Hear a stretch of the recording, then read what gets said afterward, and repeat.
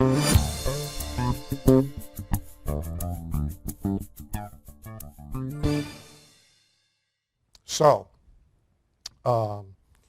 we begin. So not very far from here is where I grew up. I lived in Phoenix for 12 years, and as I get old, I'm like, the old elephants who return to their place of birth to die. That's basically what I've done. So I've come back to finish it out. So not very far from here, during my rich dad stage, we lived in a community that is not what it was, but at the time, it was an odd mix of agriculture and relative affluence. So if you drive down Shaft Road in Brooklyn Heights, all of the houses are most of the houses are very large houses. Ours and the rich neighbor's house are like English Tudor mansion kind of things. I mean, ours had, when you went to the front porch, there were these giant stone lions like at the library in Manhattan greeting you at the porch, and it was a 4-story house, a big house. Behind all these houses, except ours, was agriculture. Almost everybody who lived on the street was in the farming business behind their houses. So greenhouses, tomatoes, lettuce, strawberries, all that, some fields. The most progressive, the richest guy who lived next door to us, he actually got out of the tomato businesses and was in the herb business, hydroponics very early. But so there's all this agriculture behind us, and every family on the street but ours, the family business was the hothouses and the farm. My parents were self-employed too, but not in farming. And so the family, 4 houses up, they had 5 sons, and Catholic. Rhythm method. Joke, hard to get a band at 2 o'clock in the morning. So they had, I have something for when those don't do well.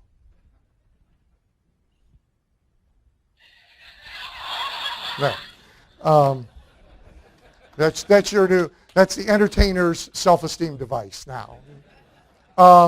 It's got applause, it's got sound of horror, it's, so here's a horror one for you.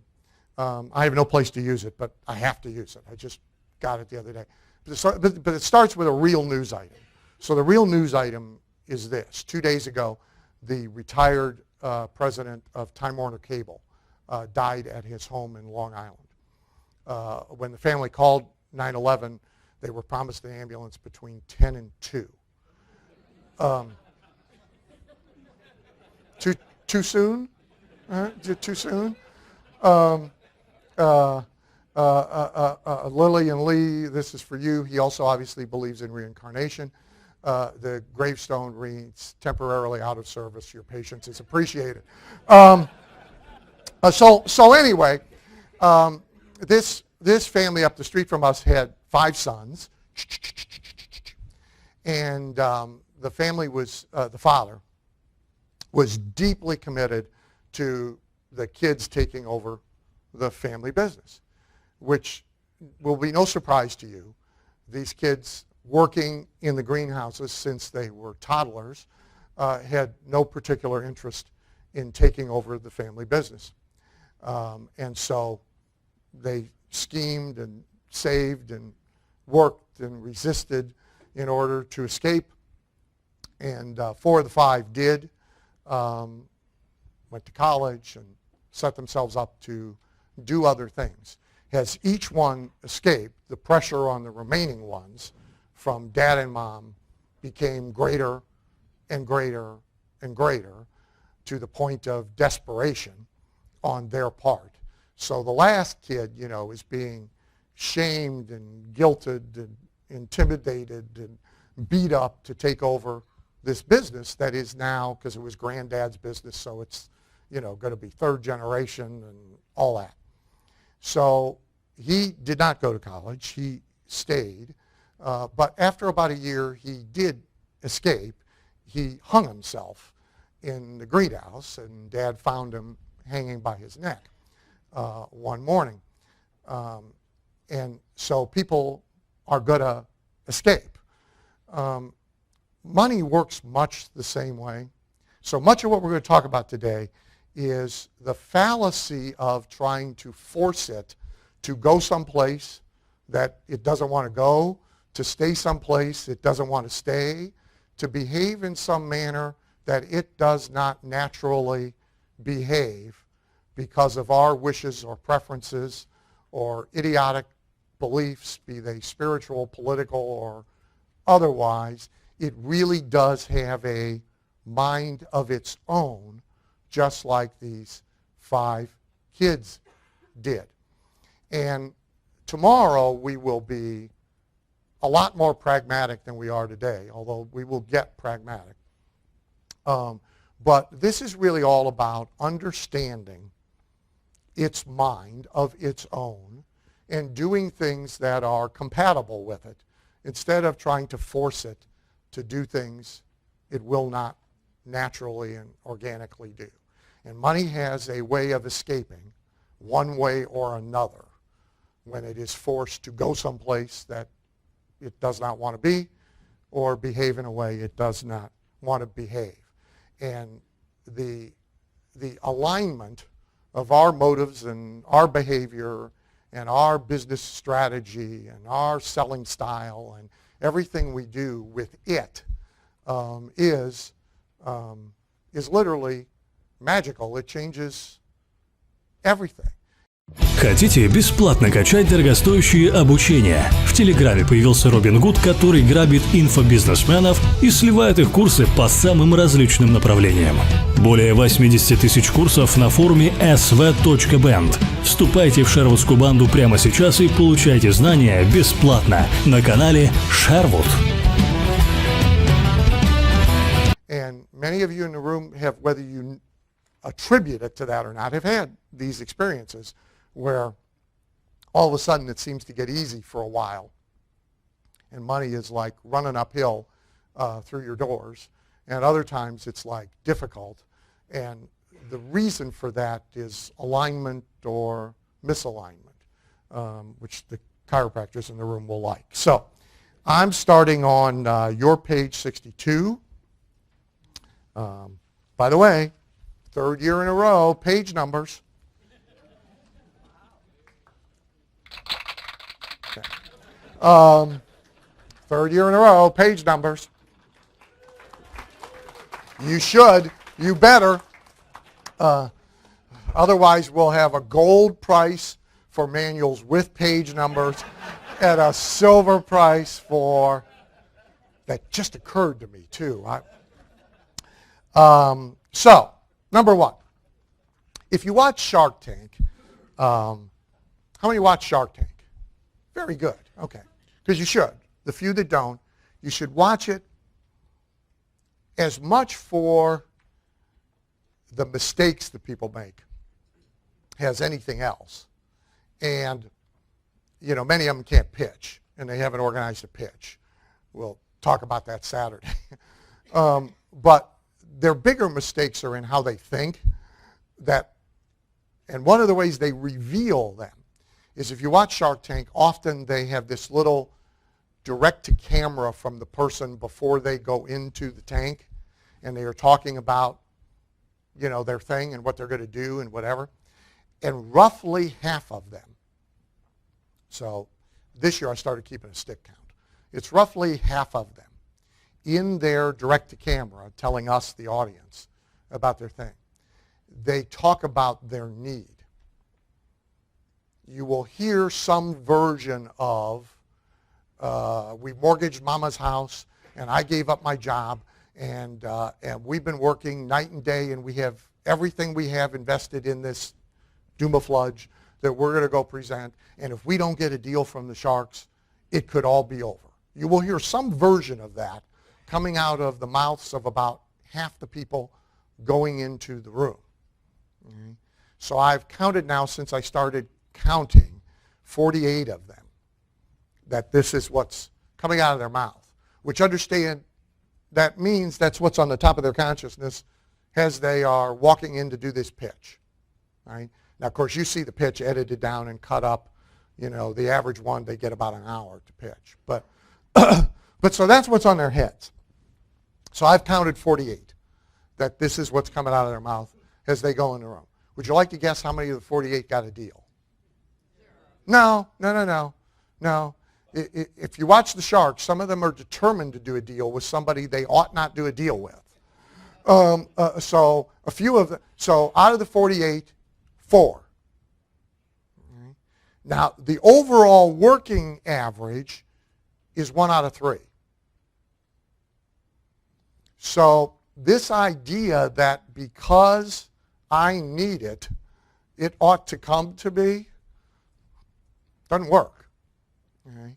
And those of you who've sold face-to-face, nose-to-nose at a time when you needed to make money, or if you've sold from the platform, and certainly both Mark and I have, when we've needed the money. It's the hardest time in the world to be selling because it's in the way. So the first thing you should get is that money is completely unresponsive to need, and any thought in your mind as you set out on your adventures in the morning, any thought in your mind of your need is going to be a problem. Number 2, money ignores pedigree. And a lot of people think otherwise. And they think otherwise mostly because they have a pedigree. So it's unpleasant to think that this really doesn't matter when you have 30 grand, 60 grand, 80 grand of student loan debt, and you have 3 alphabet soups after your name, and you've kissed somebody's ass to get the alphabet soup. And so one way or another you have this pedigree, and to find out that it really doesn't make much difference in the outcomes. There are obviously some businesses where, careers where you have to have it to be allowed to do it. So I guess it's probably a good thing that you have to go to medical school. There was a time you didn't in this country. The J.R. Brinkley era, if you've read Making Them Believe, you just printed up a business card that said doctor and you were a doctor, which explains a lot about him. And if you've watched Deadwood, you know, that doc in there, I doubt he went to medical school. But so it's probably good that they have to. It's good that lawyers have to because it slows them down. You know, it takes them a long time to really get into the marketplace and start doing damage to the rest of us. So I guess from that standpoint, you know, the bad news is it gives them extra years in college to breed, so they're reproducing. But anyway, so there's this pedigree idea, and I got a fair number of questions ahead of time about this in one way, shape, or form. But the empirical evidence is that it doesn't make any difference. Now, so one of the questions cited all sorts of statistics. So I went and did some statistics. So statistically, it does matter. So statistically, college graduates make more money during their lifetimes than do high school graduates.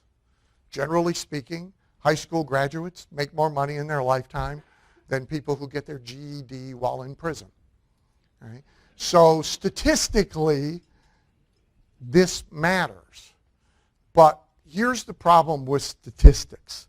So this is real. This is out of a book. So the first stat so a chimp given a typewriter, the odds are 1 in 8 billion that he actually types out the first page of Macbeth.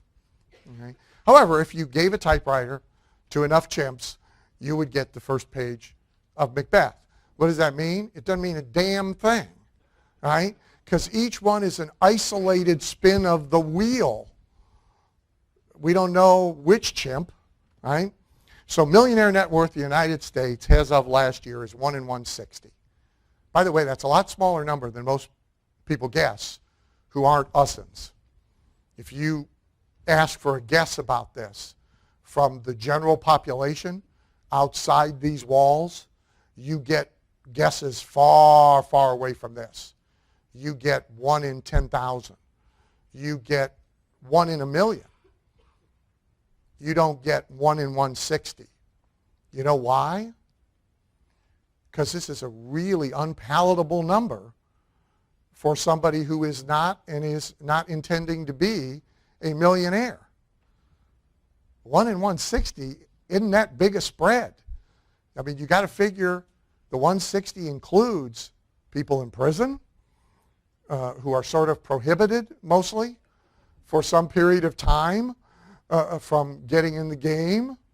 This includes their idiot brother who they know has no chance. You know, this excludes them. So they got to, if they hear 1 in 160, they start to think, gee, I should be doing better. So this is not a number most people guess. This is not a big number. In the world, in U.S. dollars, it's 1 in 1460. So by the way, better to be here. It doesn't always seem that way, but better to be here. All right? Did you see that little flap over Google's diversity stats? So Google's diversity stats, those cheery liberals, 68% of their workforce is made up of white males. Only 2% are blacks. The Asians are, I forget the number, but as you would expect. So apparently there aren't a lot of, I guess, black computer scientists to choose from. Maybe, I don't know. Maybe the guys all running Google are racist. I don't know that either. Okay? But what I do know is that each person who goes and applies for a job at Google and each person who steps into our marketplace to build a career or build a business is a single spin of the wheel. Contrary to what all goofy gamblers believe, the wheel has no memory. Right? Each spin is its own spin. So the very fact of exceptionalism, of being 1 in 160 or 1 in 1,460, says that the statistics don't matter to you or to the other individual. They only matter in aggregate. Therefore, they don't matter at all. Right? When people look at wealth or successful achievement, they have basically 2 choices of how they view what they see. So one is the Michael Moore view. You guys all know who Michael Moore is? Right? If you don't, you can Google him on your own time. It's now easy for you guys to get the references that I make that, you know, it's like you can actually Google carbon paper and shit comes up.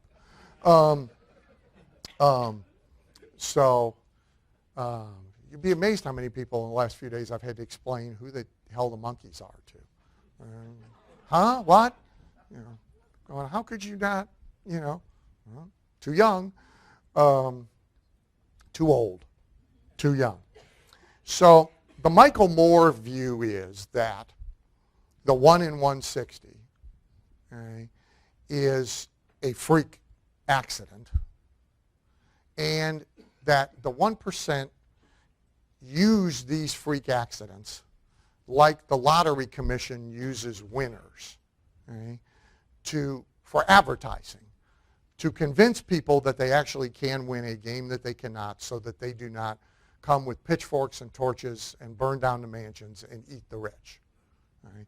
So Moore's view is that this is a freak accident to which most people, the overwhelming majority of the people, can't make happen and therefore ought not aspire to, and that the whole game is rigged. So that's one way to look at it.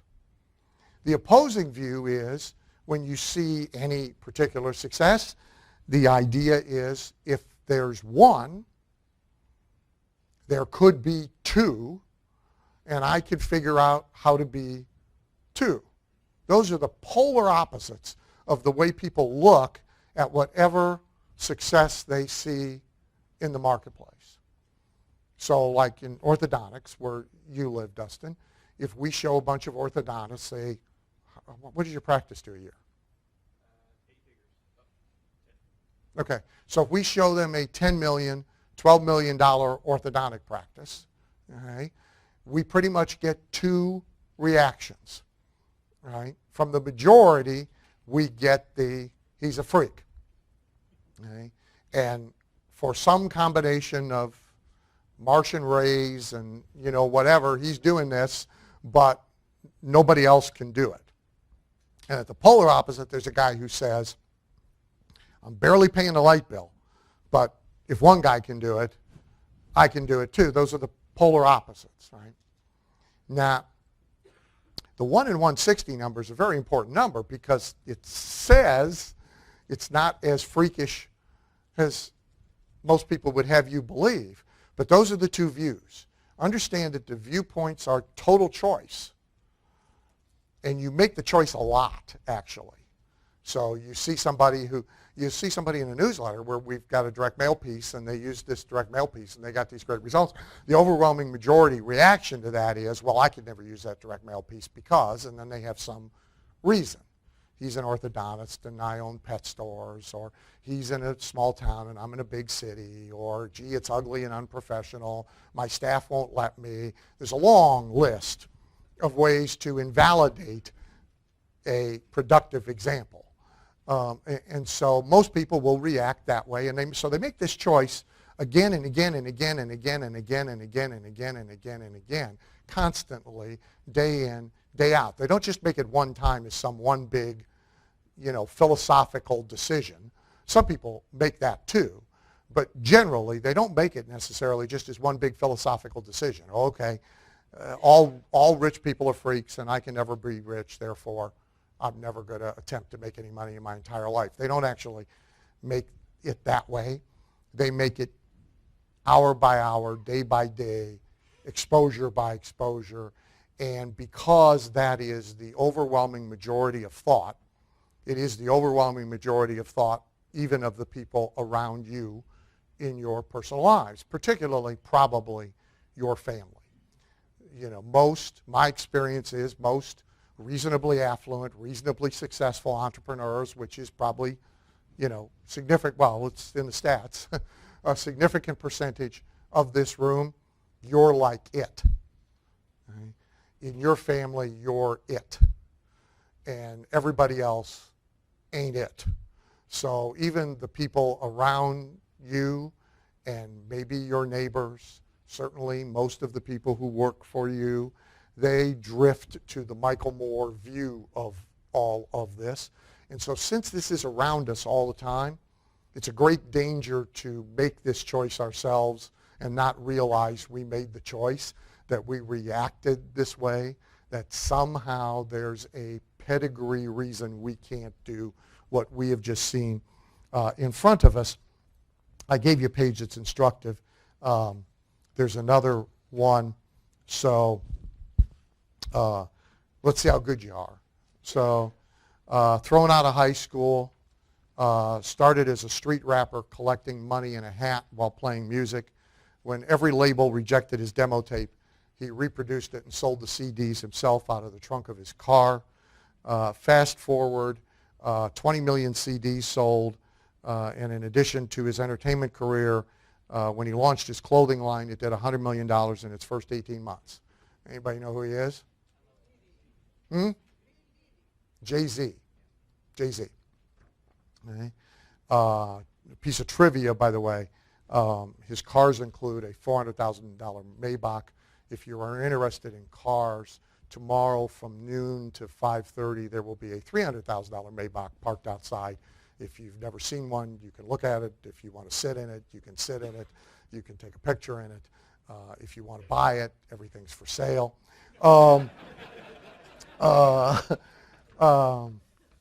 That's like my answer. Lily Noon said, "Oh, I really like that tie." I said, "You want to buy it?"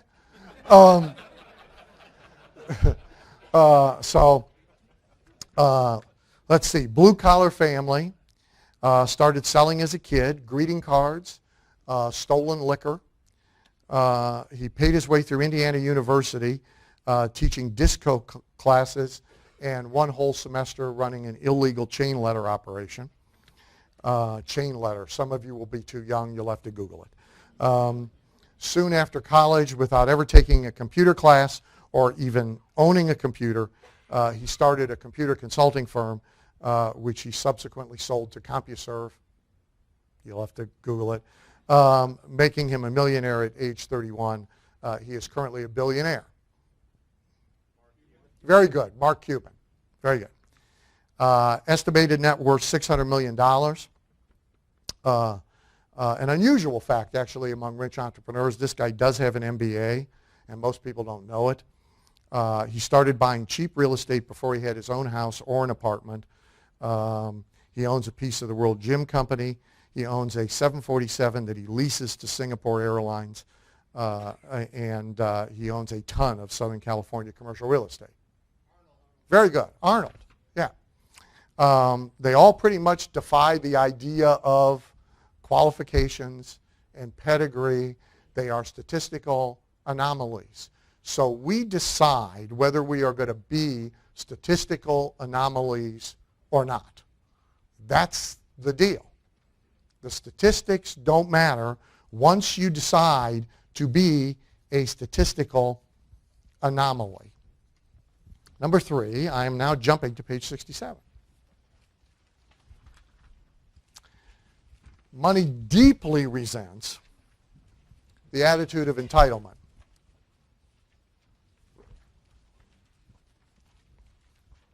So if you start thinking, for any reason, and there's a list here, that you're entitled to money favoring you, you got it running in the opposite direction. So some people have entitlement by morality. So they think because they're really good people, right? So let's pick a really good person in the room, who ironically is a lawyer. Okay? So a lot of the good stuff he does is like current karmic attempt, but so your, orphan ranch thing that you're running, your family, yeah, sorry. Sorry, who all speak English. Yeah, okay, so how many? 9 total, 4 adopted from China. Okay, so 9 kids, 4 adopted from China, and they are all like special needs. They have some sort of problem, challenge, family challenge. Say, language matters, so this is a very good thing to do, right? But the minute he starts thinking that he's entitled to his law practice thriving because he's running the orphan ranch and, rescuing the kid from working in the Disney factory in China, that's the best thing. When they open up next year over there, all those kids are going to be able to see the toys they've been making.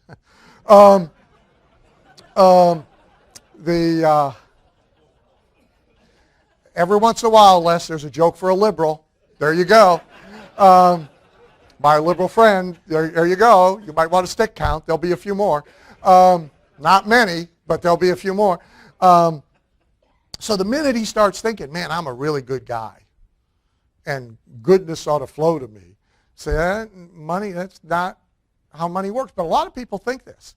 They think they can just hang the shingle up and everything's going to go well because they're really good people.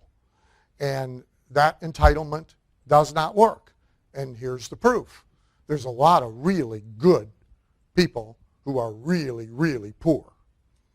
Tons of them. The neighborhood that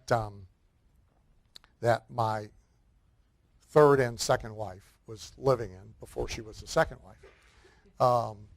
So this was not poverty, but a relatively poor neighborhood in Phoenix.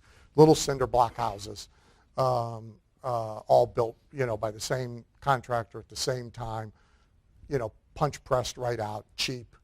Nobody had air conditioning. They all had evaporative cooling. How many know what evaporative cooling is?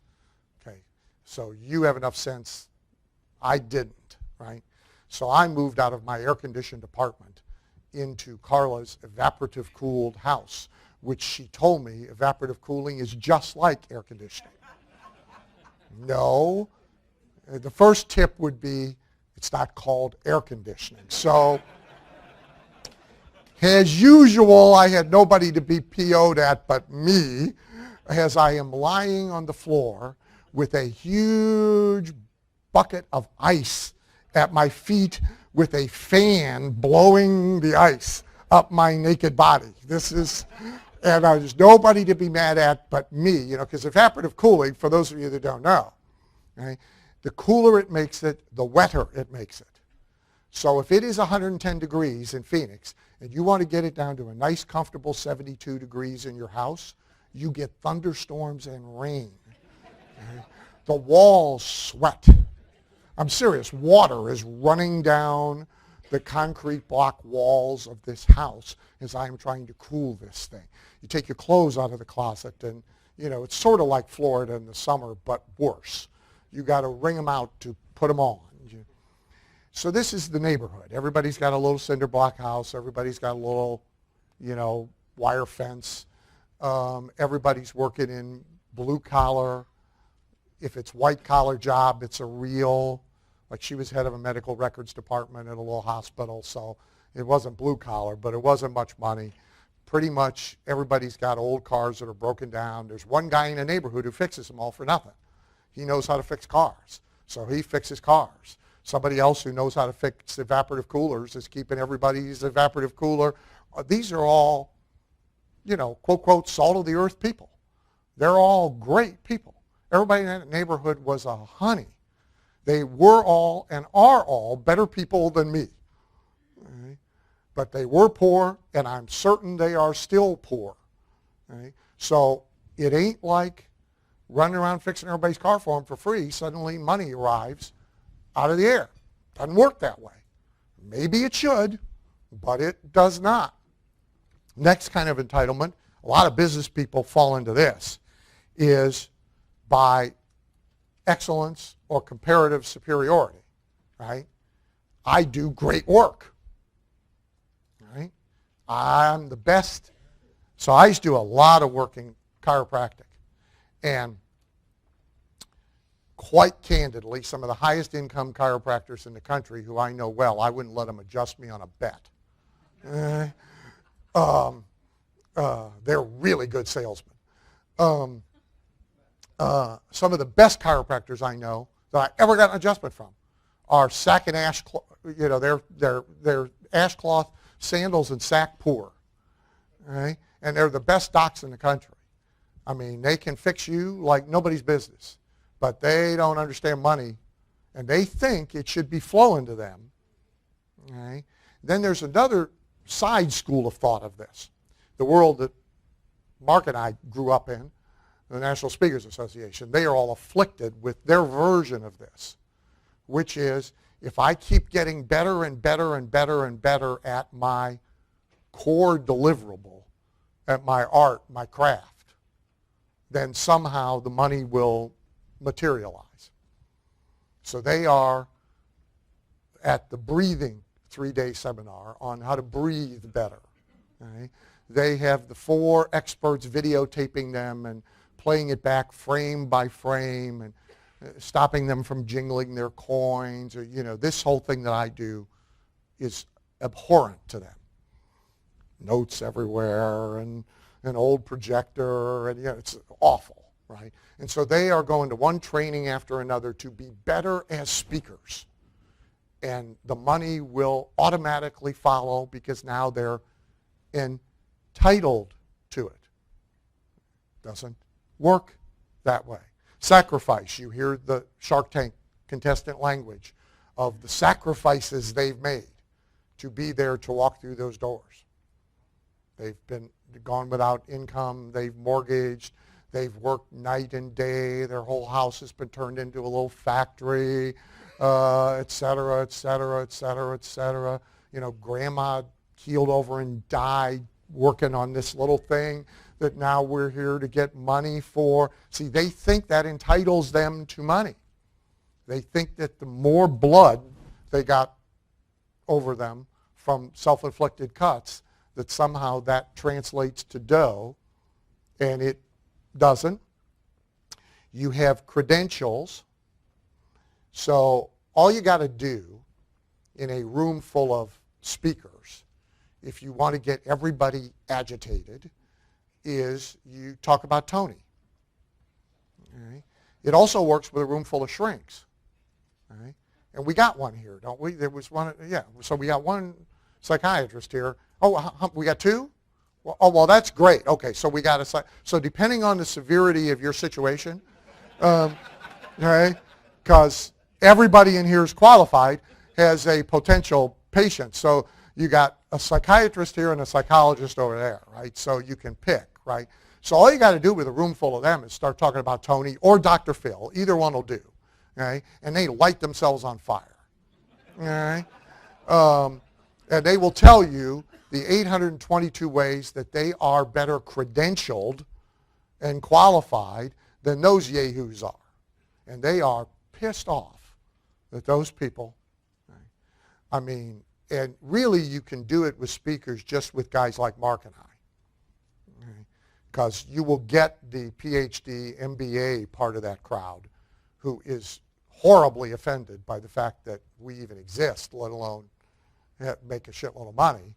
And they will grouse as soon as, sometimes if you're still in earshot, but definitely the minute you're out of earshot, they all form a little circle and they express their aggravation about the fact that somehow we're stealing all the money that should be coming to them.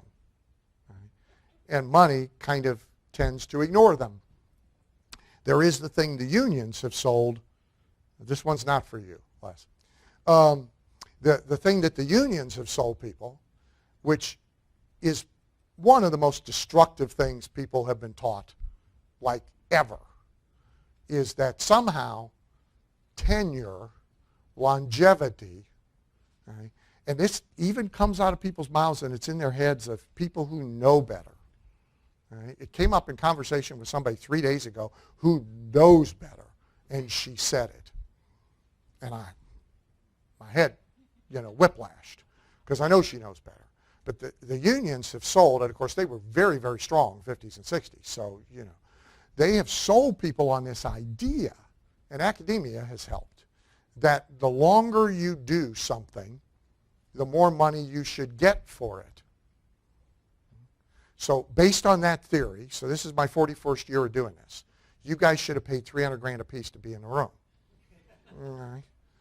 I mean, this is vastly underpriced based on my longevity, not on the value of the thing, by the way, because it ain't worth $300K. I can make an argument 30, but I can't make a $300K argument. Right. But based on my longevity, see, you should be forking over a lot more than you forked over to be in this room. Right. That doesn't work in the brochure very well at all. But people have this idea. They don't understand that this job, right, taking the fries out of the thing and putting them in the cardboard, the value of getting that done is X. It don't grow if you choose to do it for 33 years. There's a woman interviewed the other day about the whole, I saw her interviewed about the whole, minimum wage argument. And so they had this lady, a very nice older lady, who has been working at McDonald's for 36 years. Right? And she makes $8 and some odd cents an hour and has had to move back in with her adult children and has no retirement savings for obvious reasons. And isn't this horrible? Now, if you show up, I mean, I know people, right, who you wouldn't let anywhere near your business, who have risen through the ranks of McDonald's. If you show up, you're going to be shift manager, you're going to be manager, it's impossible to still be a counter clerk after 36 years. I would love to have talked to her. I'd like to know how you managed to do this. How many times they tried to promote you that you didn't, that you said no. My uncle and aunt, when I was a child, I remember, my uncle worked at the time for NASA, so I actually have rocket scientist genes, which, by the way, haven't been of any help. But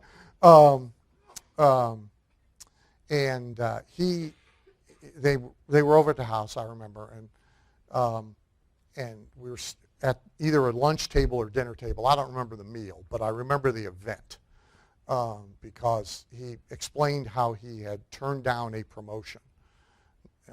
This comes in conversation, by the way. So the first part of the conversation was he and mostly my aunt complaining about the money they were making, because my parents were making a lot more money. And so the complaint was really sort of a segue to, you should really pay for all of the summer cottage. We shouldn't be splitting it because you make more money than we do. That was the first part of this conversation. Then the second part of the conversation was him turning down this promotion because it was too much responsibility and all that. At which point my father picked him up and threw him out of the house. Out the door. Chased her out the door, and that was the end of either lunch or dinner and not speaking to each other for several years.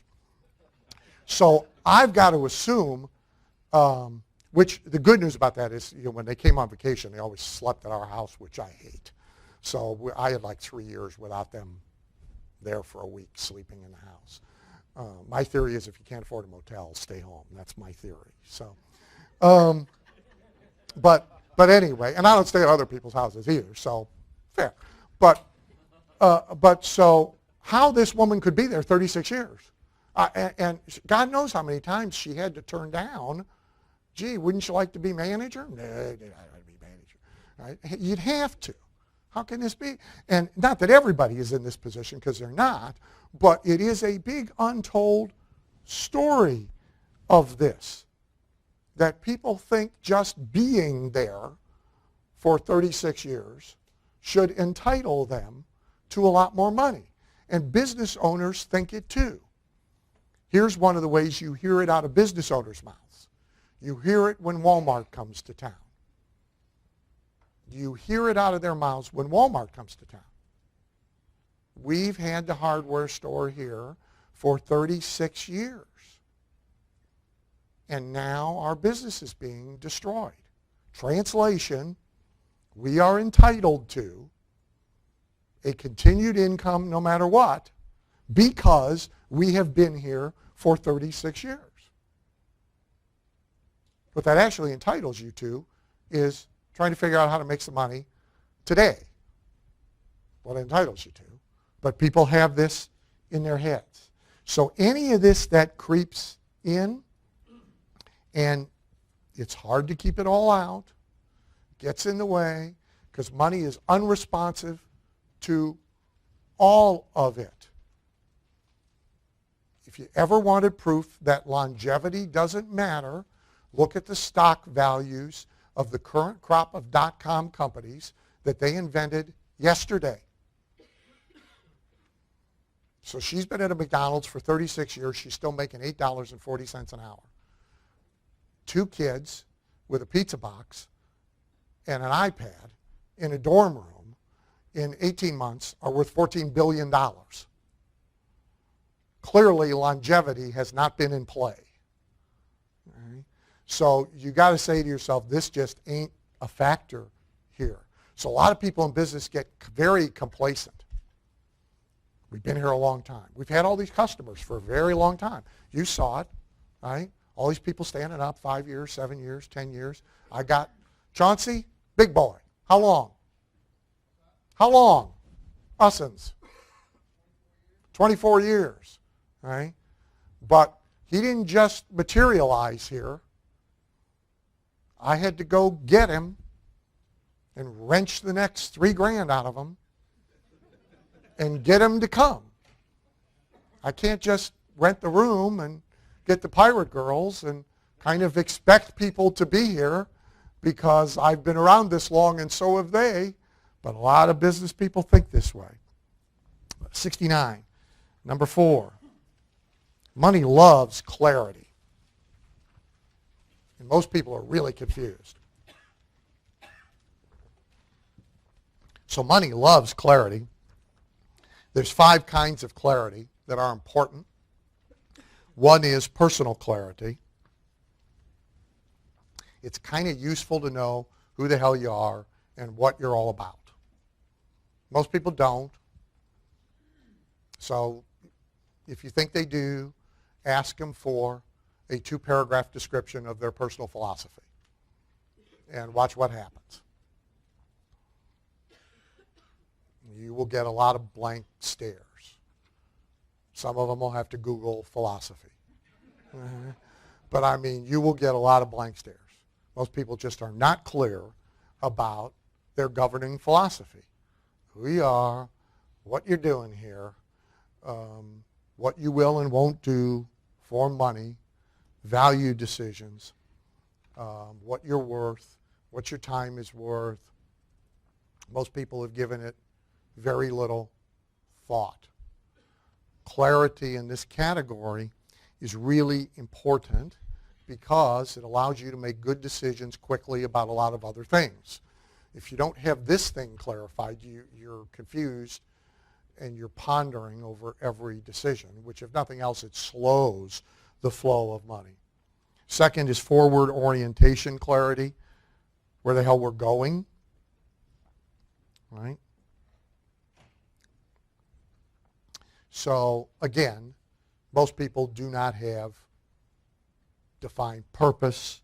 They don't have clear goals. They really are day-to-day operators. And most business owners are also day-to-day operators. There's 3 kinds of business owners. So there's the be your own boss crowd, which is the vast majority of them. So most small business people are be your own boss folks. They're shopkeepers.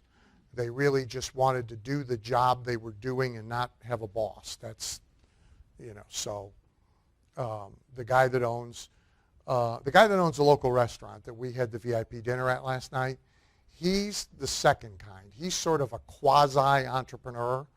So he's got the private dining room, and he's got catering, and he's got a delivery guy, and he's got a little route guy that goes around at lunchtime to offices and businesses in the area. He's doing a lot out of that little place. They have events during the month, wine tastings and book signings, and they got a poker club. So he's doing a bunch of stuff with that place. But he's not an entrepreneur because he's not trying to do 8 of them.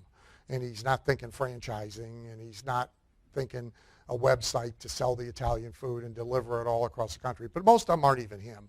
Most of them are be your own boss folks.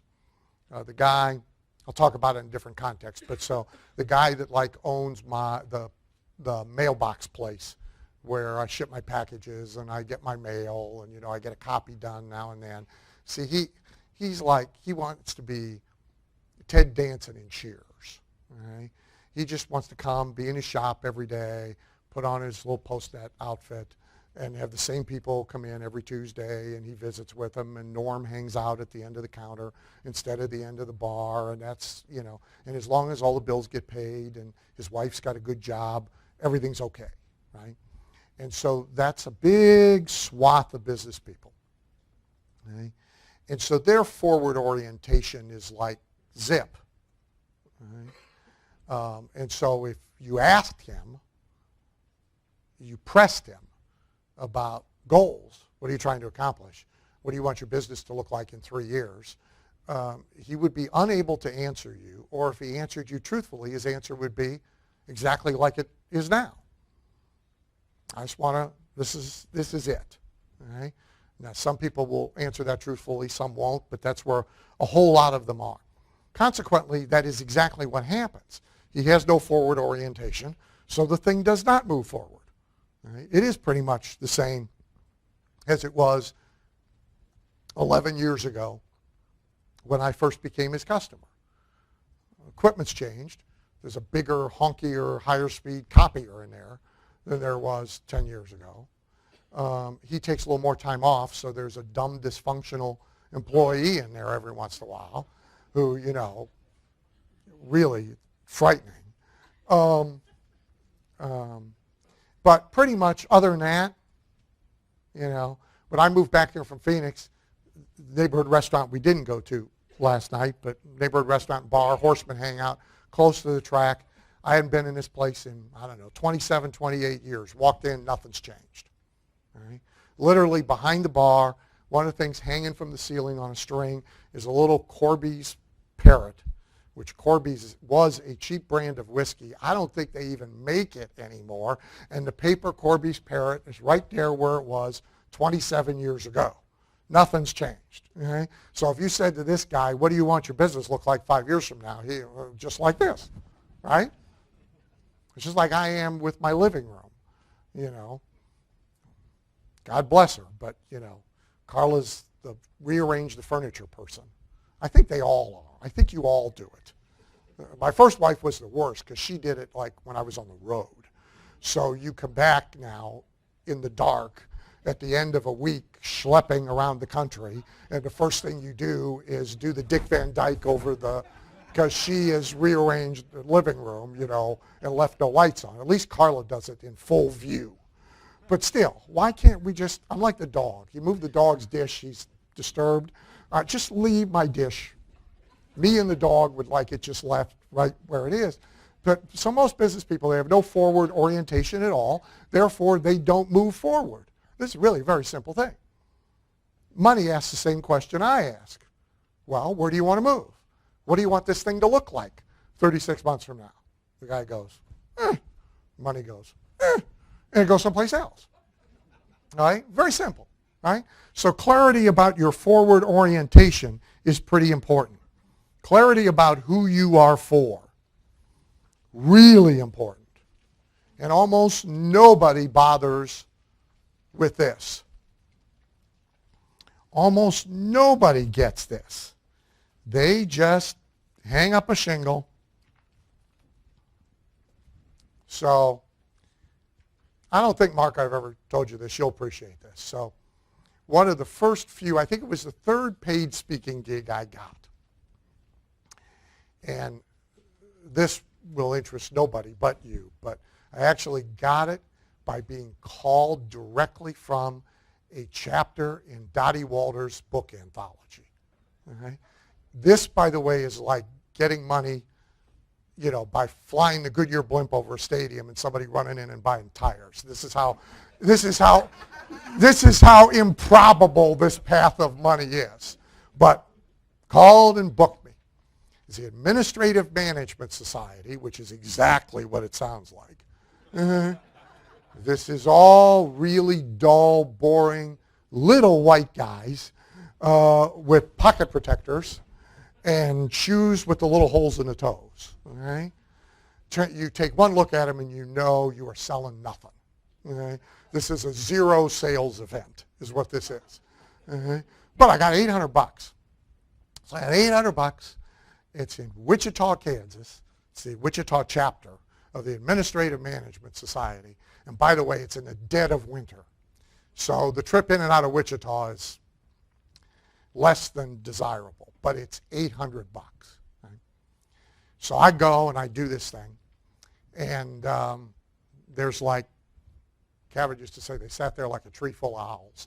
So there's like no reaction for, 90 minutes. Doesn't matter what I do up there. They're, after dinner, too. So they're all around tables. They're not drunk because these guys don't drink. I mean, they commit no sin. They are completely uninteresting. I mean, they are, it's a room full of pocket protectors that happen to have a heart inside pumping just enough blood that So I finish. Everybody files out, I didn't have my little machine. No applause, no, nothing. Except the meeting planner, this little woman, she is orgasmically enthusiastic. I am like the best thing. I've been doing these meetings every month for 412 years, and you're the most amazing, And I'm good tomorrow. There's a chapter in every state. Some states have 2 or 3 of our chapters, the big ones. I'm going to spend all day on the phone. I'm going to call every one of them and tell them they got it. You'll be booked for years. I'm like, I hug her and I say, now, Doris, thanks, but no thanks. Please don't call anybody. If they call you and ask, tell them I was horrible. Please. Because I figured out during the 90 minutes, these are not my people. There's no value here for me. This is not my market. These people are not going to support me in my old age. Right? None of these people are going to be here, forward orientation, 20 years from now giving me money without me having to stand up in front of them and get it some of the time. This is a bad use of time. And even though I kind of needed the $800, 50 of those $800, I would no longer need money because I would have killed myself by stabbing knitting needles into my eyes until I bled to death. But, that would have solved that particular financial problem. But I just got it instantly. This is not my market. Now, most people do not, they never, so my post-net guys, the post-net guys, the franchisor makes them run, leans on them to, in all the little local community papers and stuff, run coupon ads, and so you can bring in the coupon and you can get 5 free copies, or you could ship a box for half price or whatever. Well, you can imagine what this brings in.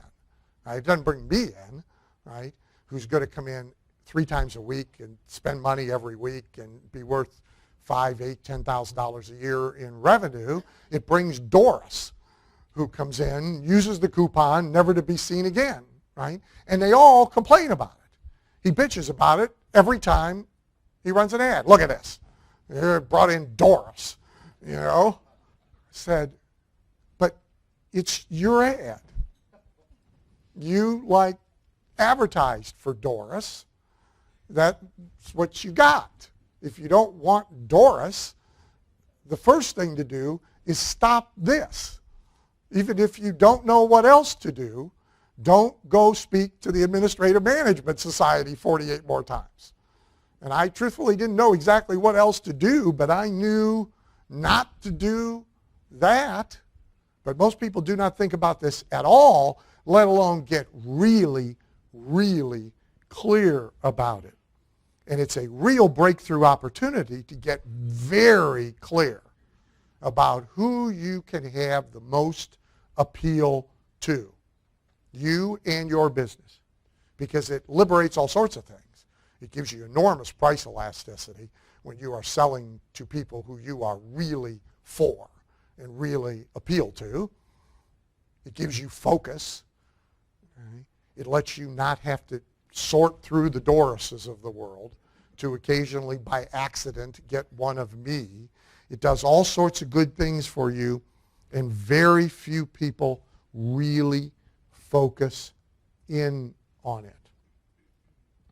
So my editor of the No BS books, who now has done the last 12, she is less would love her.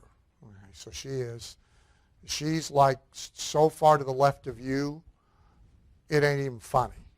Right? And she has grudgingly come around so that we get along okay, but she hated me for the first few books. I mean, I got notes, but most of the notes are about, you can't say this, you can't say that, how dare you say that, the alternating he, she all through the book. Every other reference has to be of the opposite gender, even if the story was actually about a guy. Sorry, you got to make it a woman because the other one, they got to equal out. I'm getting the gender diversity sensitivity class, from the book editor. And I'm going, you don't understand. This is not about a book. This is about attracting a certain person. That's what this is.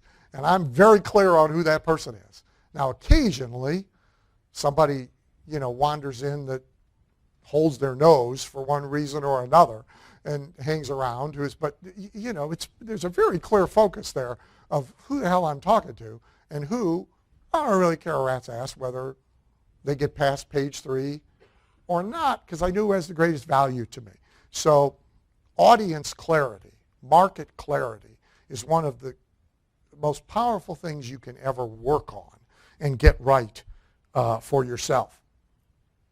Then you can get to message clarity, right?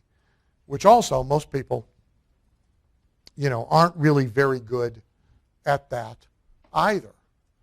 So most business people's message is all product-centric. It's all about what they have in the back of the station wagon to sell. So I got a shoe store, I got a hardware store, I do illustrations, I fix teeth, I come on in. That's really about where most people are. And so it's hard to get to message clarity if you don't know who you're delivering the message to. It's hard. So you saw this big, and there's about 8 reasons for it, but you saw this big, earth-shaking, strange event in Virginia, if you follow politics, where Cantor got dumped in the primary, 2 nights ago. First time that somebody in his position has ever lost a primary challenge, and he lost it to some college professor guy that nobody's ever heard of. In fact, if Cantor hadn't been running negative ads against him, nobody would have heard of him. Moron marketing mistake number 1. So this guy has won the primary. I think he spent 160 G's, and including outside money, there was $5 million spent trying to elect Cantor, who's an incumbent, which it's really hard to lose as an incumbent. I mean, you got to really, screw up. And so there's about 8 reasons that this happened, but one is if you just go look at message focus, and whether you like the message or not is irrelevant from the standpoint of the principle. If you go, so you guys can go YouTube, find the guy who beat him, whose name I don't even know, Brat. Yeah, exactly. Now, could we be worse? Yeah, I guess his last name could have been Crook, right? But Brat's not exactly helpful, right? It makes Chauncey think of a hot dog in a bun. That's what he thinks of instantly, and a lot of other people think of spoiled children, right? So not helpful. Pirate would not be helpful. That would be, in 1978, there was a guy in the National Speakers Association. He's a motivational speaker, and his name, I swear to God, his name was Chris Boring, right? And I'm one of the people who said to him, for $25 down at the office, you can change your name, and so he's been Robert Boring ever since. Okay. Now, I can't believe that worked. See, that's no. So, if you go look at Cantor's message, there wasn't any. The message was, I'm an incumbent. I'm entitled to re-election.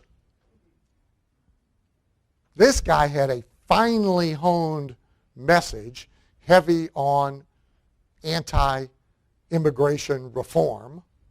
And 2/3 of Virginia is a very conservative state, and they have an immigration problem, and they are one of the 2 places that they have the kid problem that's happening right now. There was a 15-point swing in the polls in 7 days. So message clarity matched to his audience, who comes out and votes in primaries.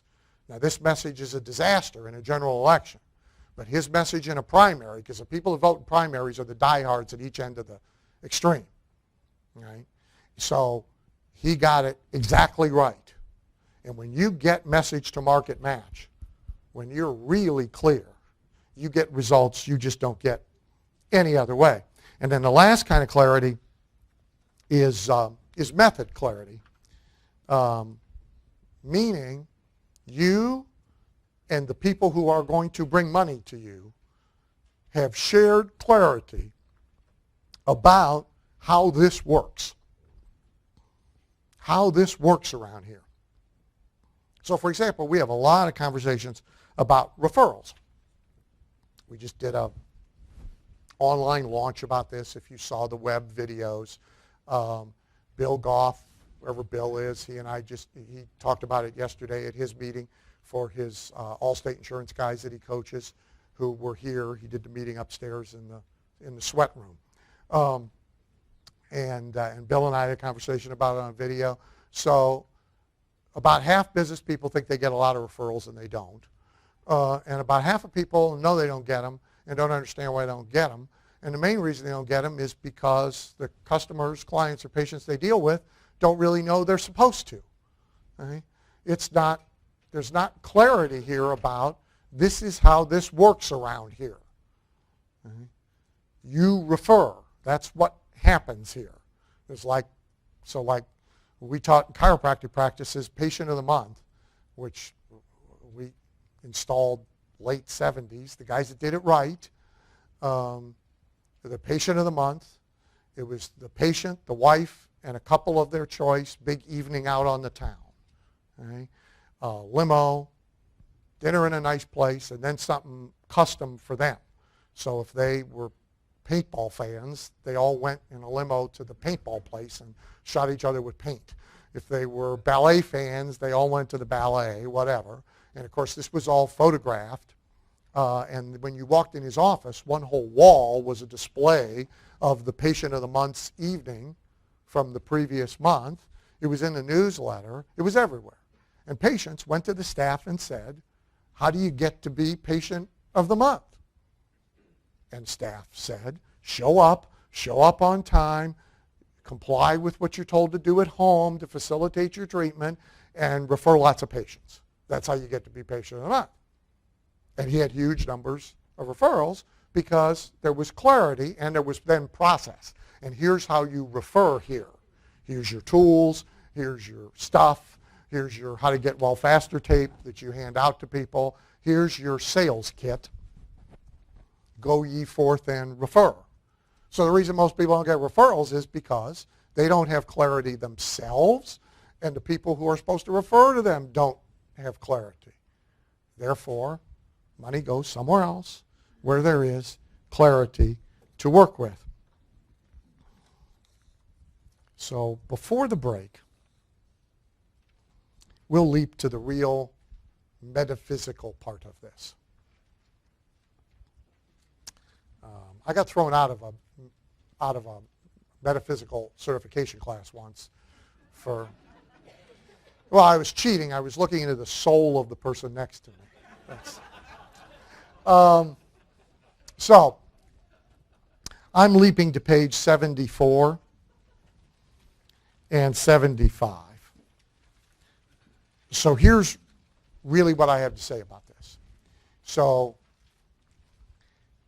the whole manifestation thing is a very popular thing to sell for obvious reasons. And every once in a while it gets repackaged with a new label on it and a bunch of people think they're seeing something new for the first time. Most recent time that happened, I guess, is with The Secret, which now, how old is that thing? When was that the big deal? 5, 6, 7 years ago. I mean, it was huge. They were all on Oprah, and and I think that's probably what turned Oprah all the way, is that thing, and then Elkhart Toll, and so she's sort of been over there part of them. Although in an unguarded moment, when you talk about, we're going to get to enthusiasm, in an unguarded moment, Miss Spirituality, Oprah, was asked what she liked to do in her spare time, and she said, buy real estate. But so there's this thing gets repackaged again and again and again. I mean, it goes back to the 1800s, for God's sakes. And the idea is pretty simple. Okay? It is you actually can manifest money just by your thoughts. Very popular thing to sell, right? Because think right, and you don't have to do anything else. And you can go out and under the tree, where's my money tree? There's my money tree. All right. Donna, well, just broke it. So there's a money tree, right? Donna Kretsch made this. Donna's here somewhere. And so if you just, if you're able to manifest, you'll go out in your backyard, and there it'll be. Money will be blooming on the tree. All right? And so this gets sold over and over and over again. It's very popular to sell for very obvious reasons. And it has the added benefit of there's zero accountability for the seller. Because it's all pilot error, right? Okay? Because it's all about your thoughts. So if you go out and there's no money on the tree, it's not my fault. As your guru, it's your fault. Because it's all pilot error. There's no equipment. There's no tools. There's no processes. There's nothing to do. There's no work. There's nothing that can break. Nothing can malfunction. You don't send out 500 direct mail pieces I showed you how to do and nobody calls. See, there's no direct mail piece. There's nothing. So it's popular to buy and it's wonderful to sell. So people love selling it and a bunch of people love buying it. Now, in that small box, of course, it's utter bullshit. Okay? I mean, it's complete and utter bullshit. I don't care what you think. You can get every book that's been written about it since 1808, and you can read them all, and you can go sit under a tree, and you can think from now until your third lifetime, and that's not going to happen. Ever. She had to glue them on there. Right? And she had to go get them at the bank. See? They didn't sprout. Right? But it's very popular. Now, put in proper context, however, it's not bullshit. Because not only does how we think greatly affect our own behavior and the behavior of others, which is how money comes to us. I always say I like horses better than people, but they have no checkbooks. All right? If they had checkbooks, I'd just be over at the barn. All right? But they eat dollars and poop nickels. That's what they do. Uh-huh. So, just doesn't work out. Uh-huh. Different deal with you. See, I can feed you nickels, you poop dollars. Better deal, right? So, but I got to put up with you. Yeah. All right? That's the point, though. See, manifestation works in the proper context. There's actually validity to it. You can alter the flow of money to you based on how you think about things if that is within the context of some opportunity for there to be value exchange from some people who have money and you.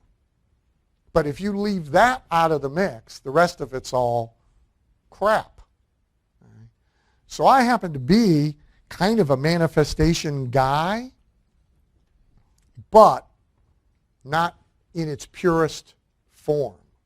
You will often see, if you pay attention, the purists, the ones with the crystals, they all got old broken down vans with bumper stickers on them with metaphysical sayings, And at some point you got to figure out, this ain't working. A shower, a job maybe, that would be helpful. By all means, take your crystals to the job, but a job would be helpful. So this stuff works in context. I gave you something interesting, only because it's from somebody you wouldn't probably expect to hear it from. So on page 76, there's a couple of pages at your leisure. I'm not going to spend time on it, but it's from Scott Adams, the creator of Dilbert. And I think many of you would think of him just as a cynic.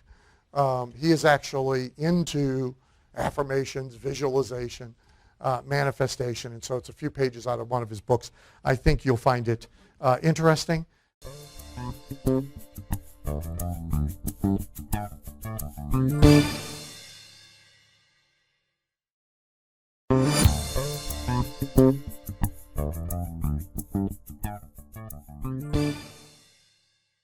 Got to mention, if you want to see it or picture with it or whatever, some of you know what it is, some of you don't, but the Rolls-Royce convertible that is parked outside, it's an 86. It was Dean Martin's car.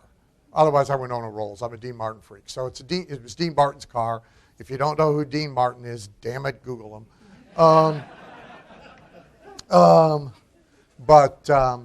So the title shows a transfer from Dean to me. We have all the provenance on it. It was in a museum in between. Actually, Ken Behring, who owned the Seattle Seahawks for a while, bought it from Dean, but he stuck it in a museum and never titled it. And then it moved to the Imperial Palace Car Museum in Vegas, where I bought it. So it's a celebrity car, in other words. And you're welcome. Don't sit in it, but you're welcome to go take your picture with it. She's only got 23,000 miles on it. So other than a little tweakiness with starting, it runs like it came right out of it's like you bought it out of the showroom. Dean was not gentle, the little bit that he drove. It was late in his life, and he actually was a pretty serious drinker then. So the car's got a little wear and tear stuff here and there, but it's a great car, and a great toy, and so it's out there if you want to see it. So somebody just asked me a great question. I've already forgotten, but who it is, but it was really a great question. And the question was essentially, how much of this stuff do you actually pay a lot of attention to because it's more ethereal than what you normally talk about, and which is true and it's not true. So some people just don't notice it, but it's there. My flagship product is titled Magnetic Marketing, right? That's law of attraction stuff applied. So it's not like I hide this. But the gist of his question was, how much of it do you, because you can't really explain how some of it works. And so I think that's a really good question. And so my answer is that I've made a lot of money advertising on television and helping other people make a lot of money advertising on television. I have no earthly idea how the hell the picture gets from the broadcast tower to Doris's house on her TV screen. I don't know. It's magic. I don't know. I don't care to know. It is uninteresting to me. The result is sufficient. I know the result. And when the result is consistent enough and reliable enough that it's inarguable, then I don't really care. It's an interesting intellectual exercise. And so some people like interesting intellectual exercises. But it doesn't really matter to me why it works, how it works. And we are going to drift into one of them that is completely counterintuitive here in a few minutes. So it was a timely question. I don't need to know.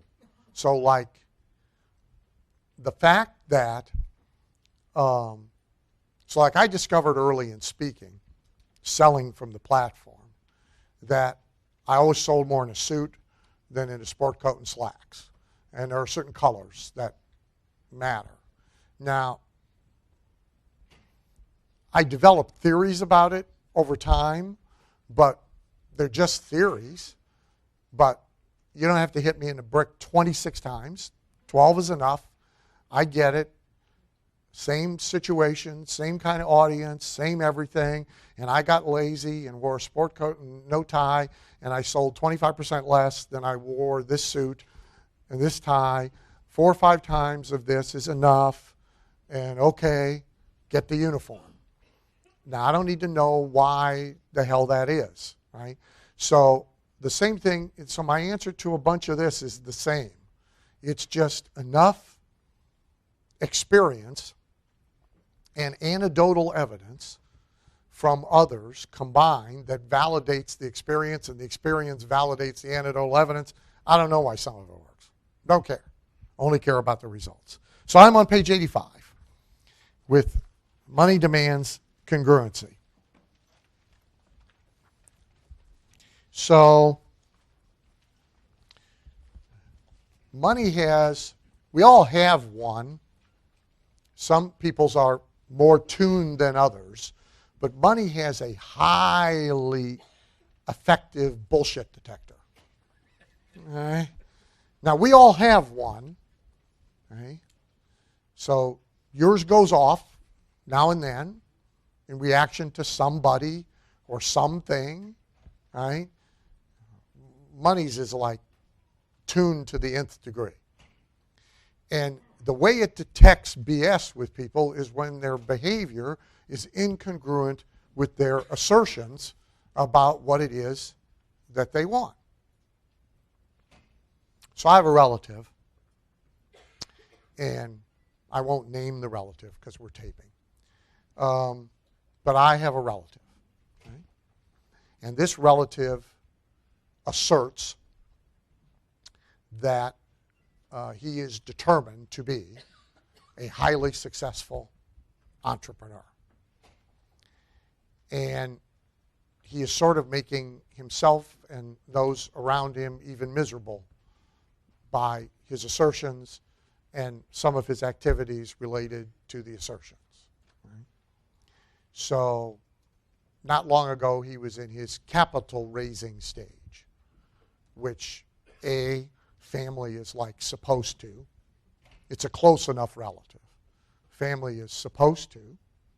There's also you're supposed to because you have a shitload of money, and I know it, and I don't. So that alone, business plan, you know, you got a shitload of money. So here's why I didn't. Okay? You can go through that house from top to bottom, and the only business book you are going to find in this house is one that I dropped there. Okay? Now, to be sure, I inquired about which business books were on the Kindle. There are none there either. Okay? Now, there is, so Jim Rohn's old line, right? Rich people have big libraries, poor people have big TVs. Well, this house has got TVs. This house has every electronic gadget named to man. It's got Xbox, Y box, Z box. It's got Netflix. It's got streaming this, streaming that. I mean, it's the entertainment capital of its city. There ain't a business book to be found anywhere in this place. Right? My next offer of assistance, which was a relevant offer, is you should come to the Info Summit, which you can come to for free, okay? And you will meet people who could be useful to you, who, believe it or not, know more than you do. Okay? Okay? This offer declined. Too busy. Okay? I could give you 12 more. In other words, he's full of shit. Okay? Now, I don't think he knows he's full of shit, but he is. Okay? His behavior is completely incongruent with his assertions. Congruent behavior is, I want to do X. One of the things I'm going to do is I'm going to go find out about 5 or 6 people who have done X or something real close to X, and I am going to somehow crawl up their butts. That's what I'm going to do. I'm going to make a complete annoying pest of myself. I am in pursuit of. So when I was trying to figure out how to sell for the platform, I didn't have money to do it, but I flew to go watch Zig somewhere, and I flew to go watch this person and that person. You know, I cajoled a recording out of somebody, and I sat there and I paid attention. What is he doing? Why is he doing that? How is he doing that? And, you know, copied at first before you got to individual style. Okay? There's things called autobiographies. Successful people.com guys have actually written books about how so this guy could go get, no. Okay? So not only is my bullshit detector preventing me from giving him money even under emotional duress. But it's preventing anybody else from giving him money. You don't get it. He's been to 4 different VC places. He's done pitches. Nobody will give him money. I don't know how to tell him they ain't ever going to give him money. Because people that have a lot of money, they got pretty good bullshit detectors too. Okay? And they know this kid ain't going to cut it. Okay? So the opposite of this is great behavioral congruency. So whatever your claims are of what it is that you want to be, do, set out to achieve. Right? So I recently saw a interview, I'll mention her later for a different reason, but with the original founder of Weight Watchers. Her name's Jean Nidetek. I think she's in her late 80s now. And she created Weight Watchers. And so the smart-ass interviewer said, I get it, you got this program and all these people pay money, but there's got to be a secret, right? So what's the real secret to weight loss? And Jean, I think in her 80s, said, you put the fucking fork down. Of course, at 80, see, she don't care, right, anymore. Well, that's it. Put the fucking fork down. That's what you do, right? She went on then to explain that fat people, one of the things they do, and I've caught myself doing it because I'm a speed eater, right? You're in a hurry to go do something. You keep the fork in your hand the whole time. So if you just put the fork down between every bite, you'll get tired of picking it back up and you'll eat less, okay? But the first statement was actually sufficient. Put the fucking fork down. That's it, okay? Next question, okay? But see, if if I go to Dunkin' Donuts every morning and I claim I'm trying to take off 55 pounds, right? But a lot of people do this with their behavior, right? They assert they want one thing and then they behave in a way completely different from what, forget even the unobvious stuff, what would obviously be required in order to be congruent with the assertion. So I have sort of an odd one for you. And I will tell you that, so this is a way to be congruent with attracting a lot of wealth. And it falls into the category of, I don't know why it works, and so I'm not going to spend a lot of time trying to convince you that there's some rational reason why it works. But I will tell you that I am absolutely convinced. And so the mechanics to this are 2 places to put money. If you're really poor, they can be cans to start with. But better that they are like bank accounts or brokerage accounts or something. Now, years ago, when we taught this to chiropractors again, Mark asked about it. So chiropractors are so bad with money that we made them open the accounts at a bank at the opposite end of the country from where they are. So it was a big pain in the ass for them to get the money out.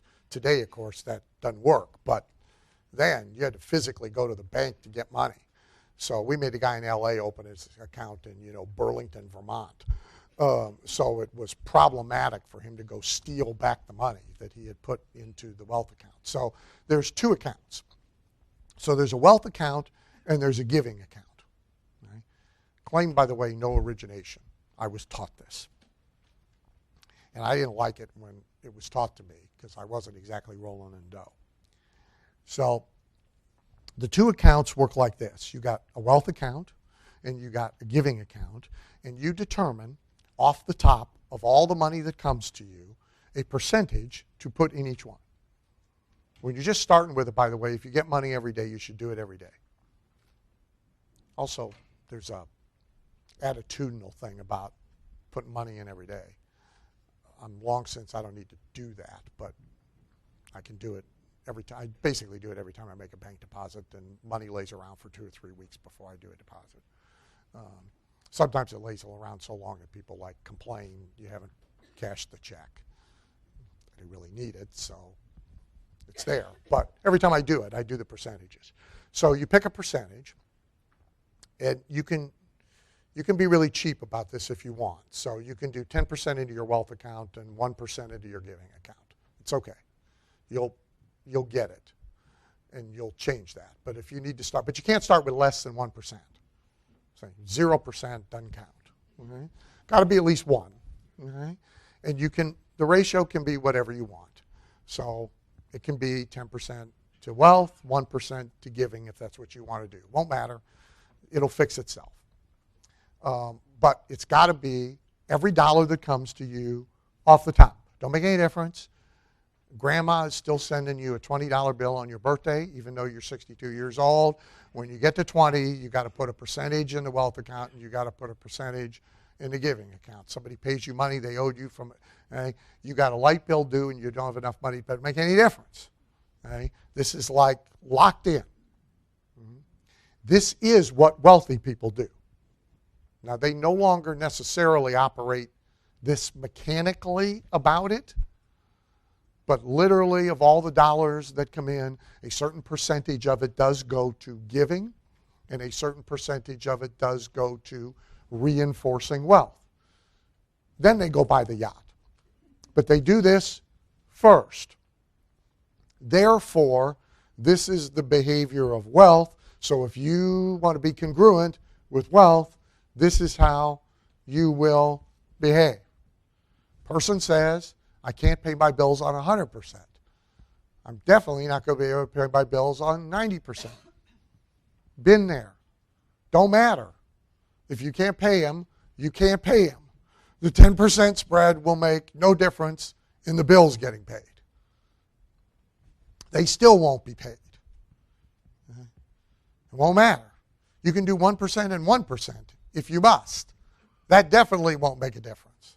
You won't notice it. Right?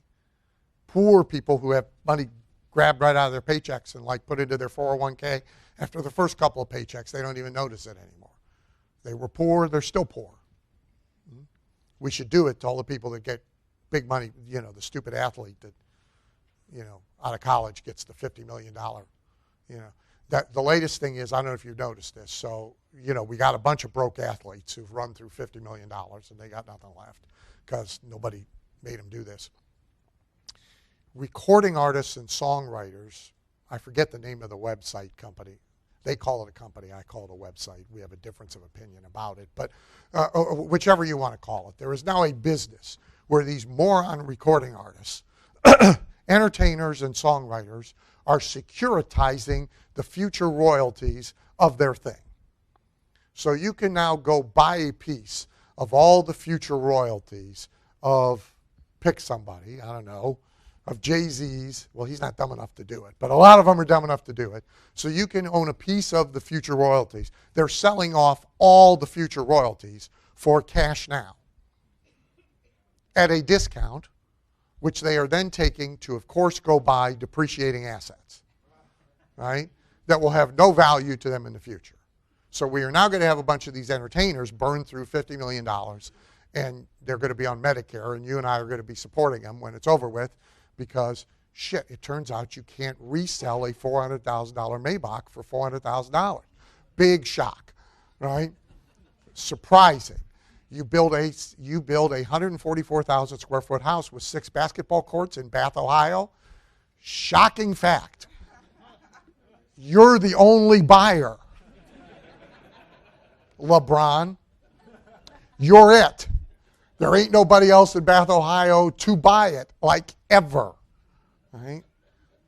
So better a percentage, if we took 10% of their money and locked it away and annuitized it for 30, we'd be doing them all a favor. That should be the pro sports system, and it should be the entertainment system. Anyway, so you go open a wealth account, and you go open a giving account tomorrow.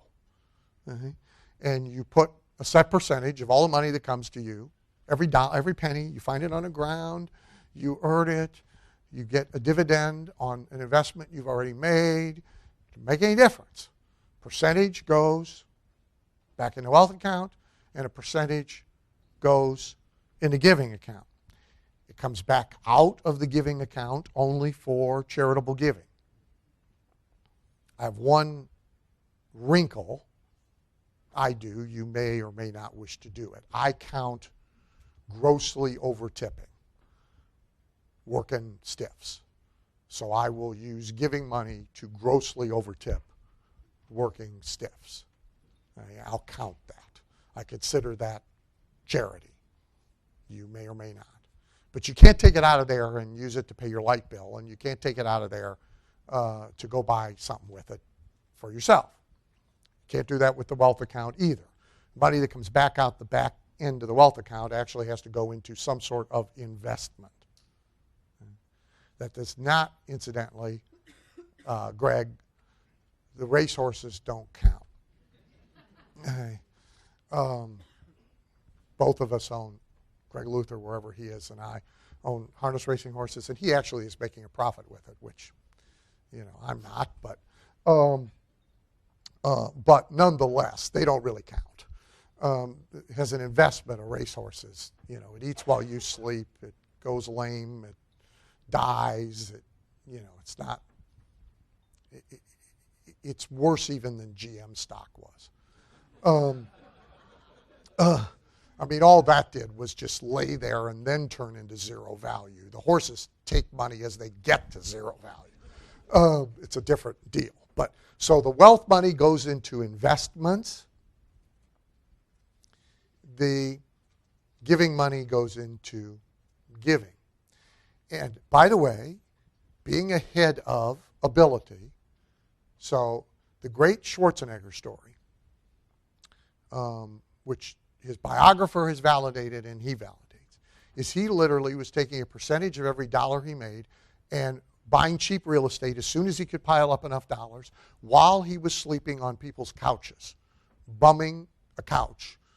At your place for 2 weeks, somebody else's place for 3 weeks until he wore out his welcome, and somebody else, he's buying real estate, rental properties. So there's two reasons he was asked on Carson. Schwarzenegger was on, Burt Reynolds was on, and I forget another guy, Stallone. So Stallone and Reynolds and Schwarzenegger are all on at the same time on a Carson show. You can find it on YouTube. And Carson says, how come you're rich and you guys aren't? All right? And Stallone says 2 reasons.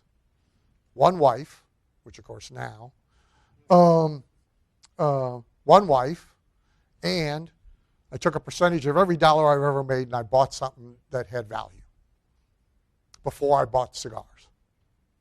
Now, nobody watching Carson got the answer. Reynolds did. He said, you could have told me.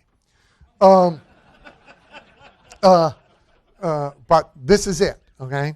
Now, here's what you will discover for which there is virtually no rational explanation for. Because if you have $100 and 10% of it goes into these 2 accounts and whatever, 2%, 8%, whatever, theoretically you got $90, right? You will discover somehow you have $300. Right? It makes no, but I promise you, this discipline alone, in a very short period of time, and all sorts of money will start coming to you, over and above the money that you expect to come to you. Everything will start working better. Opportunities you didn't know would be there will arise. It works every single time. But you got to do it exactly. You can't cheat it. It's just like a diet, right? You be on a diet and then, Weight Watchers, in order to sell their thing, they have now literally the official cheat day. You only have to diet for 6 days a week, and on the 7th day you can eat anything you want like a pig. Well, their thing don't work near as good as it did without the cheat day. Okay? So you can't cheat this, and you will be tempted to cheat it 86 different ways. Right? Well, this week I won't put the percentage in, or we got this bill due, so I won't put the percentage in. My tax bill's due. I won't put you got to do it exactly this way. It's the only thing I'm going to tell you in 2 days that is mystical. But I swear to you, on the Harry Potter book, okay, I swear to you this works. Okay? But you got to do it exactly this way. How many in here are on this regimen? There are some. Okay? You learn more looking around at them than you do looking at me. There's quite a few people in here that are on this regimen. You saw their hands. If you want to, go talk to them. They will tell you. It's mystical. It works. I will tell you on page 56, there's a thing from your pre-attendee questionnaires, and candidly, from these 52 who are in the room, these numbers aren't spectacular. So the percentage of income going into savings and investment, essentially into a wealth account, in 2013 of 52 people, 6 said 0, 9 said 5. There's a big bunch of 10. And then you drop down to the charitable giving numbers, and they're not good at all. 21 out of 52 said 0. 20 out of 52 said 5%. So I will tell you that I lied. I'll tell you the second mystical thing, but it's actually part of the one mystical thing, is if you bring the giving percentage up, that actually helps more than the wealth percentage. So if you really want to run this experiment and really discover something, and you are going to be cheap about this, be cheap on the wealth side. Put 1% in the wealth account and 9% in the giving account. And watch what happens. You'll be astounded. These 52 people are doing the opposite. You will be amazed if you just do this. And I'll give you one little technical thing. The financial guys in the room will probably cringe, but still, if you want to facilitate this, and it's going to be any serious amount of money, there are, for those of you that don't know, let me get the exact correct wording. I have one. But so there's a thing called a donor-advised fund. You can open it at Fidelity, Charles Schwab. These guys are in this business. Okay, it's sort of the poor man's charitable foundation. Okay? So you open a donor-advised fund if you want to, and you can use that as your wealth account. Okay? And you accumulate money in it. It has an investment portfolio. You know, it's pretty basic. You pick it out of the wheel, growth, speculation. But it's there. So the money is invested, although you can let it sit in cash if that's what you want to do, but it can be invested. And then when you want to make donations, you send them a form, and they send out the check. Okay? Now, from a tax standpoint, here's the gig. You get the tax deduction when you put the money in. Okay? So you can actually, you're not required to dispense it. So you can actually accumulate money in there for future charitable giving, as well as use it for current charitable giving. And you can take the tax deduction like right now when you're making a shitload of money, and then 20 years from now when you've retired and you're just, all you're doing is taking care of 26 family members. You'll have a bunch of money piled up in there that you can keep dispensing. Okay? It's also, you can get the money out, by the way, but it's not easy. It's not like rolling down to the bank and getting it or writing a check. You don't have a checkbook. So it kind of discourages you from cheating because you've got to fill out forms to get the money. And so you can open it at Schwab. You can open it at Fidelity. It's called a donor-advised fund. So if you don't know how they work, if you just Google donor-advised funds, I assure you. So number 6, on page 88, money approves of. Intelligent generosity. Financial or other kinds of currency. And many of you in the room, as I do, have opportunities to dispense other kinds of currency. We have influence. You may have platforms that you can let somebody have access to and use. You can give some time, often the least productive thing So it has to be done with enormous caution. I say it's usually cheaper to write the check. But that depends on the value of your time, too. And even just encouragement counts. Most people don't get much. It's alarming how little we say thank you to folks. Give them an attaboy now and then. Counts. Right? You can't count it as part of your percentage because don't assign a dollar value to it. But it all counts. So money approves of intelligent generosity. It does not really approve of stupid generosity. So stupid generosity largely is when you get guilted into it and you get forced to do it, and you are giving money to places, I'm going to skip stuff, that don't really handle the money well. So family, for example. So I heard this advice. This is really good advice. So if you ever do happen to win the lottery, most of you probably don't play, but if you ever do happen to win the lottery, the advice is, before anybody knows you won, call every family member you got and every close friend you got and tell them you got an emergency, and you can't tell them any of the details, but you need to borrow, and now you pick a number that they could afford. So it might be $100, it might be $500, it might be 50 grand, depends on who it is, right? So if I'm going to call like my brother, I'm going to ask to borrow $5. All right? If I'm going to call Mark, I'm going to ask to borrow like $500,000. So, there's like a big spread, and there's probably a big spread in your circle of intimates too. But call them all and tell them you got an emergency and ask to borrow money before the next day when you go down and collect the lottery money. This will diminish the vultures arriving trying to get money from you.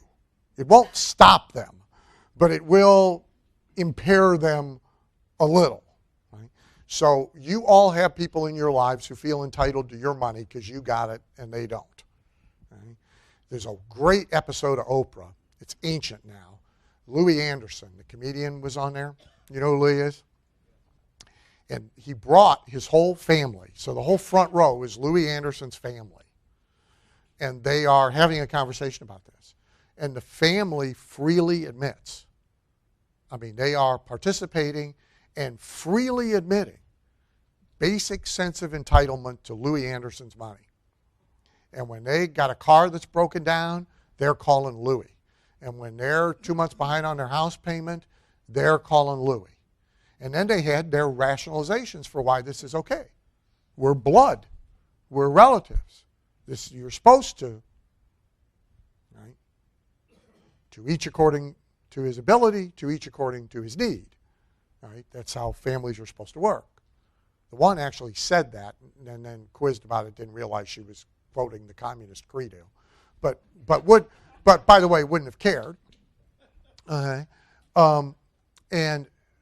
for a stroke of luck, since it was him, and I'm his sister, it could just as easily have been me. Right? So they had all these reasons. And the only time they called, so every phone call from a family member to Louis was money. Right? You all got at least one. I know you do. Right? We all do.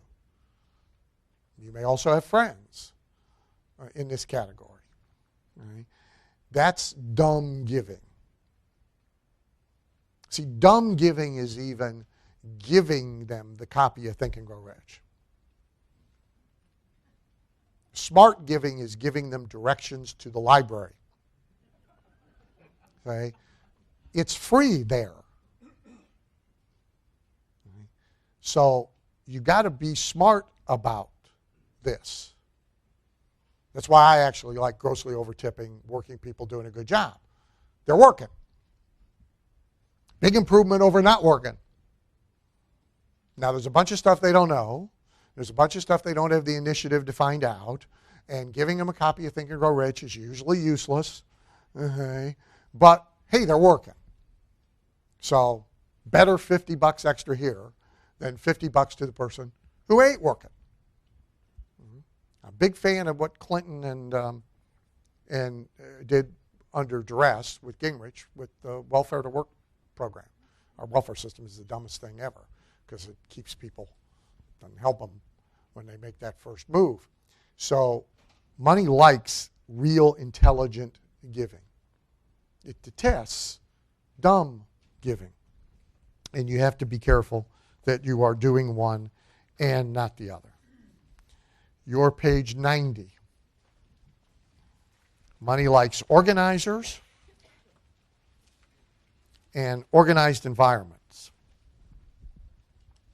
So if you really examine and you sort of dig for the commonalities in from-scratch wealth,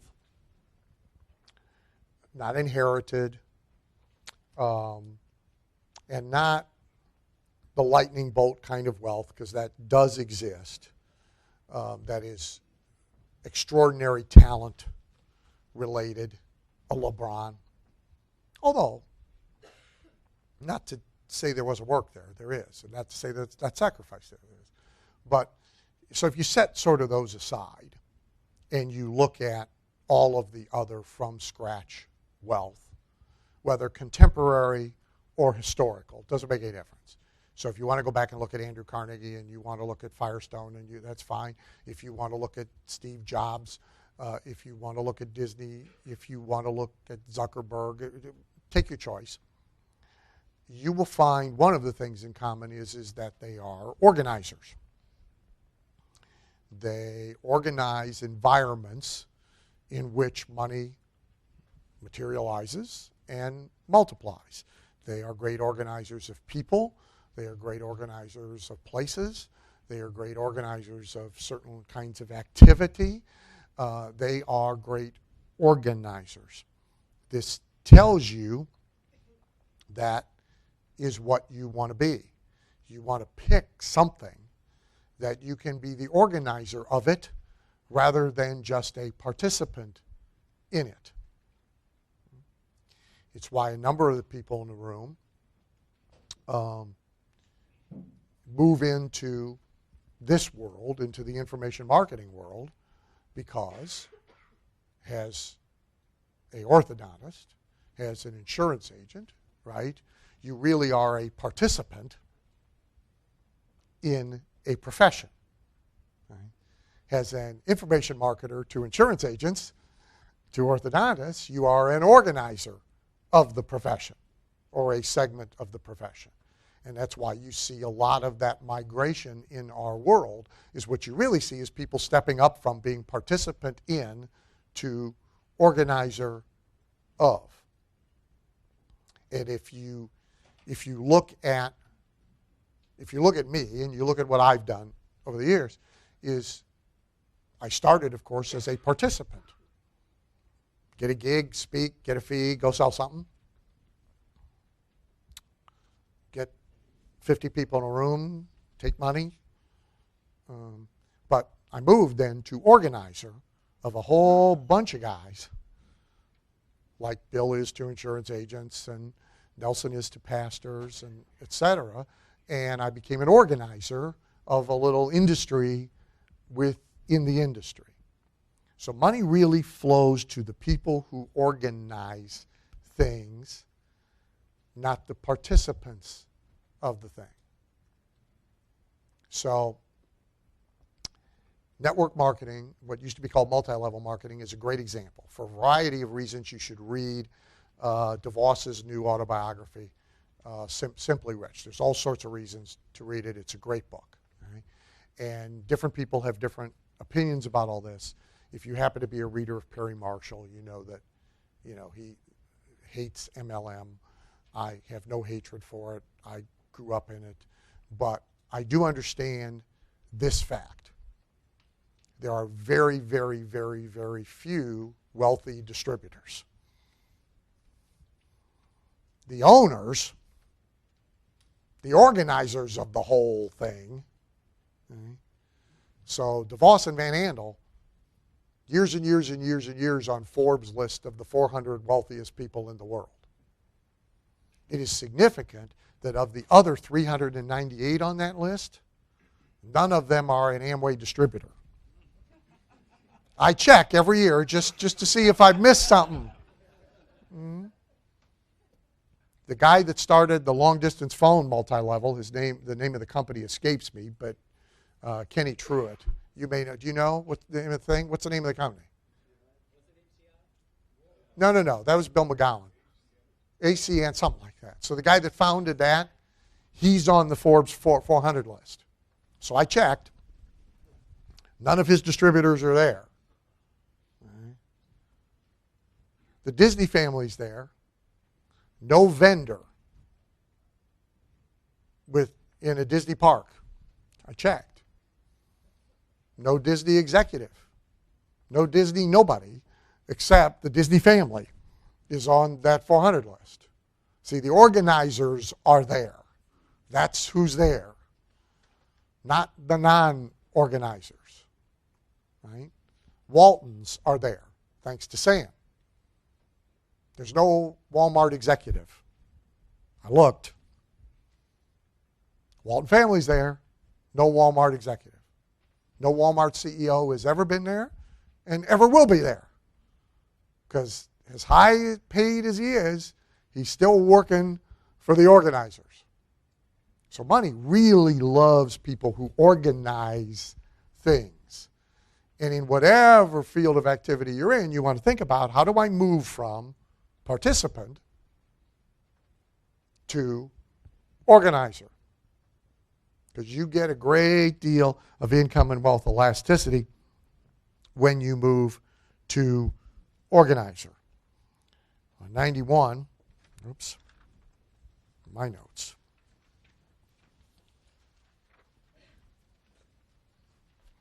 Interesting. I don't have 91, but you got 91. So when you organize a success environment for yourself, well, I'll just use my shitty page just for kicks and giggles. But so there's workplace, right? That's one thing you can organize that you have total control over. So most people's workplace is a mess. Right? Might not like it because it's not organized properly to be a good workplace. So the first thing everybody needs to know is Starbucks ain't a workplace. It's a big shock to a lot of people because they think it is. They think Panera Bread is an office. Okay?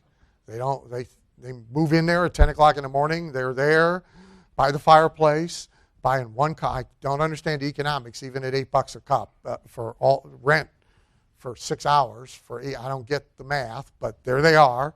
Okay? This is not a workplace. Howard Schultz didn't call it workplace. He called it third place. He actually thought people were going to come there, enjoy some coffee with everybody for 20 minutes and get the hell out of there. He didn't plan on being a landlord, but that's what's happened. Okay? So workplace is a place that is organized to facilitate your work. That's what it is. Why work under adverse circumstances unless you absolutely have to? When you do that, here's what you're doing. You're saying, here I am, money, you're over there, come to me, but here's all this crap in your way. Here's all these obstacles. Please fight your way through them to get to me. So if you're going to work in a bad environment, so if you must go out and work, like you're going to go someplace and speak, there are actually speakers who sell from the platform who don't try and exercise any control whatsoever over the environment. They show up 15 minutes before they go on stage and go up there and work. I figured out early. They will put you in a low-ceilinged room with pillars. They will. They'll put you in a room with pillars. The guy who might buy from you is behind a pillar. He's doing this. I got a horse I drive, very tall horse, oversized horse, shouldn't be on a half-mile track, big ass. You can't see over him, you can't see nothing. I'm doing this the whole time, right? It's actually a little dangerous. Right? They will put you in a room with pillars, I swear to God. I know, 1978. Chinese restaurant. Southern California Direct Marketing Association. I don't forget them. I'm Irish. Irish Alzheimer's is you forget everything but your grudges. Right? I get there. We are in the basement of the Chinese restaurant. I'm now 6'3". I'm getting old, but I was 6'4". The ceiling is 6'4.5". Right? It's right here. Right? So when you turn on the projector, see, the projector's got to be on the floor for the image to be on the screen. This is the deal. And there's pillars. I swear to God. People are behind pillars. I'm going, this mistake I will not make again. Got to have time to make them reseat the room.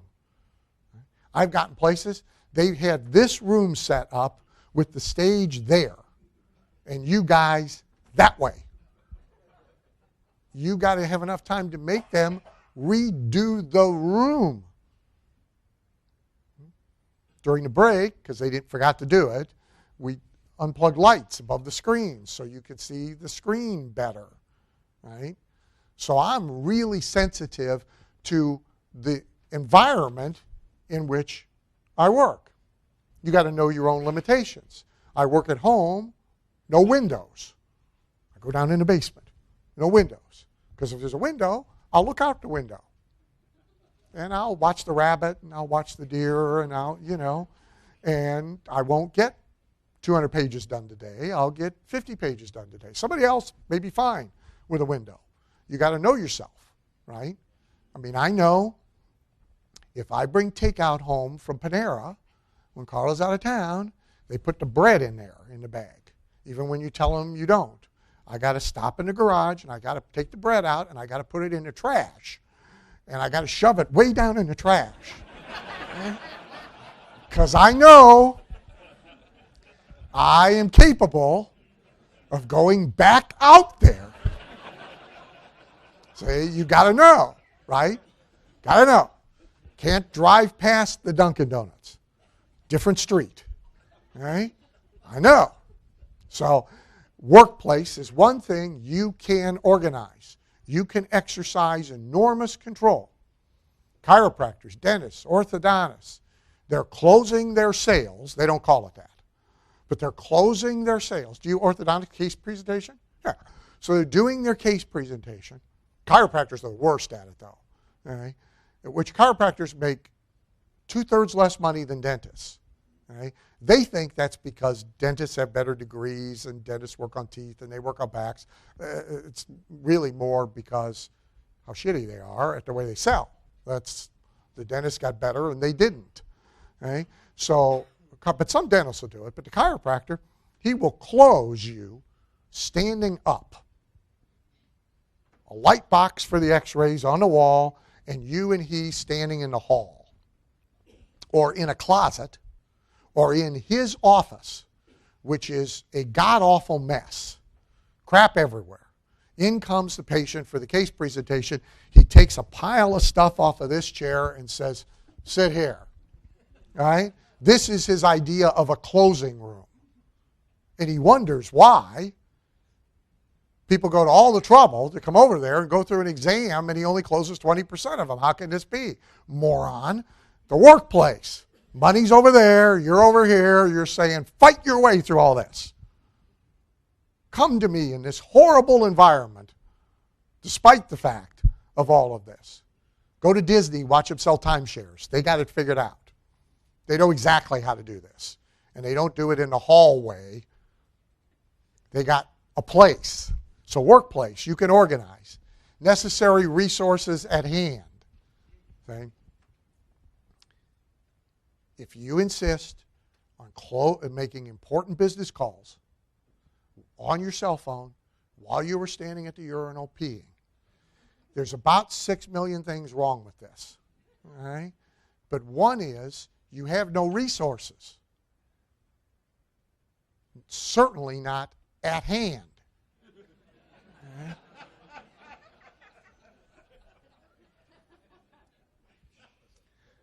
You are not... I went a long way to get there. I just want you to know. this shit don't happen by accident, it's choreographed. So, I mean, you got to think, So, but you see people doing this, important business calls. So I can't possibly have your file. I got nothing. I got no notes. I got nothing to scribble a note on. So I remember what to do when I get home I got nothing. Right? And they wonder why they don't get good results. Necessary resources at hand. By the way, when you sell process, see, I have very little pushback from clients, for example, about having to schedule a phone appointment and wait to talk to me, because the trade-off is, you got me. 99% of the time, I'm at that desk in the basement with no window. I got your stuff in front of me, and nobody's interrupted me. You got me. So you get a quality call. You can organize an environment that is conducive to concentration. Okay. So you can't, if you work at home, you can't give the kids free rein. I know that's popular now. Okay. Children run everything.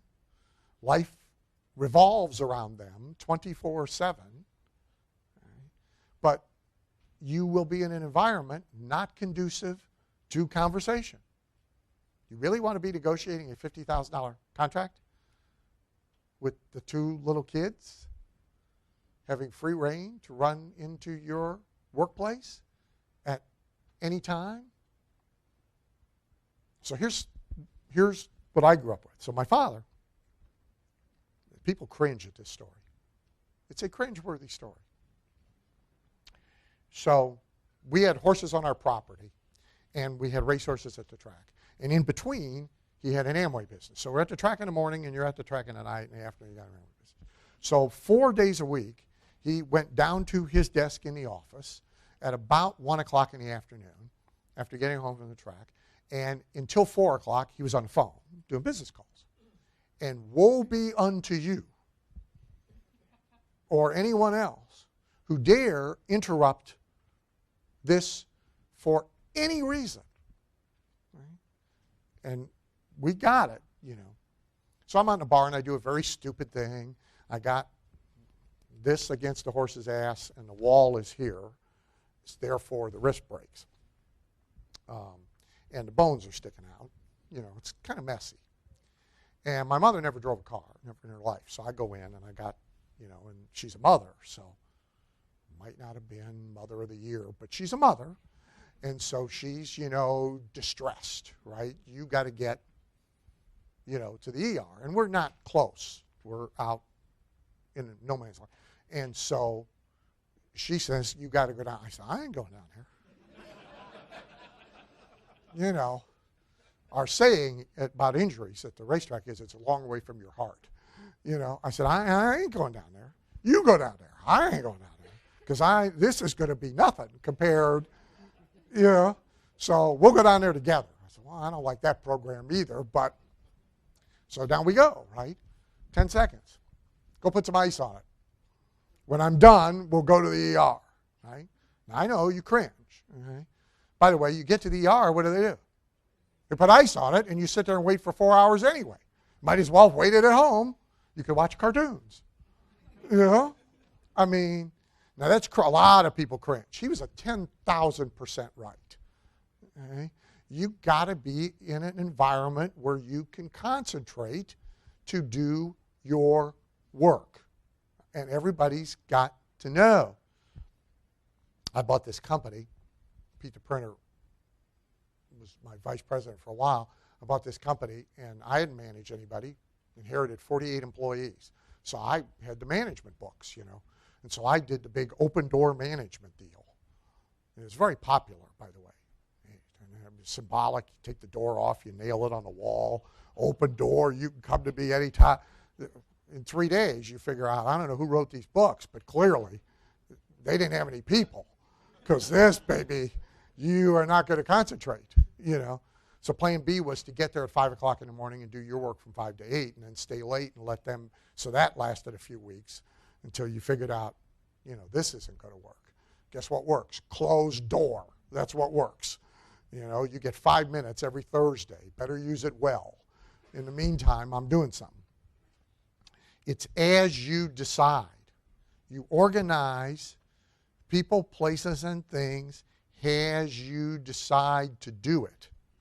Now, this is big because there's enormous pressure placed on people to organize in ways other than as they decide to do it. So 6 million people are going to be telling you, oh, you can't do that. You certainly can't do it in our business. It's like the phone thing, the immediate access on the phone. There's very few people. Bail bondsmen. A live human being actually does need to answer a phone 24/7 because your clients are really unhappy with having to make an appointment to talk to you 4 days while they're in a cell. Okay? This will be a detriment to doing business. It doesn't have to be you taking the call, but somebody's got to get to the call. Right? Cardiac surgeon. Right? But it's a short hooker. But it's a short list. Cardiac surgeon, bail bondsman, hooker. Can I think of anybody else? Not really. So, but you will be told, oh, no, but you got to be, right? So there's enormous pressure on you from peers, from staff, from the trade association you belong to so the speaking world. Okay? I've done okay. I've got one date from a bureau in my entire life. Okay, there's a thing in our world, the term is called bureau friendly. Okay? You have to make yourself bureau friendly. Okay? This starts with really kissing ass. Okay, that's part one of bureau friendly. Okay, is you really got to kiss ass, and then you got to be available on the phone any minute they want to reach you. Any minute. That's the second thing about being bureau friendly. Right? Third, you got to have a bunch of promotional materials for them they'll never use that don't have your identity on it. That's the third thing you got. So you got to make a bunch of shit for them. Now I suppose you do it all on the web. But so I heard that crap, 30 years ago. So last year or the year before, I forget which, Les, my mystery writer friend, the Mystery Writers Association of whatever it is, they're having their convention in Cleveland. So I schlepped down, right? I hit the room where the panel of agents is talking to the mystery writers. They are the Speakers Bureau people. They're identical. They got the 512 ways you have to be agent friendly, which starts with begging us, kissing our ass, redoing the proposal 612 times the way we want it before they had all these rules. I've done okay. I got one bureau date. I am the least bureau-friendly speaker ever. Right? I am hostile. I am bureau hostile. That's what I am. Did okay, but they will, the whole profession, so not just them, everybody gangs up on you. I was one of the first guys ever to make people pay when they booked the date. And I was actually accused by the ethics committee of that being an unethical practice. Make somebody pay a year and a half before you show up. Yeah, but the date, they got the date. It's out of my inventory. It's a can of soup. They already ate it. Right? I should have money for it. This was a revolutionary idea. So you organize as you decide. Mm-hmm. Money prefers you to do that. Page 92. Here's the most important thing there is about organizing people around you. This is really cool because this will liberate money to come to you if you just get this. And it is astounding how many people don't get it. Get somebody actually qualified to do what it is you want done. Now, I know that sounds elementary. However, I do a lot of consulting. And I can't tell you how often I bump into this. So I'm at Guthy-Wenker about, I guess now,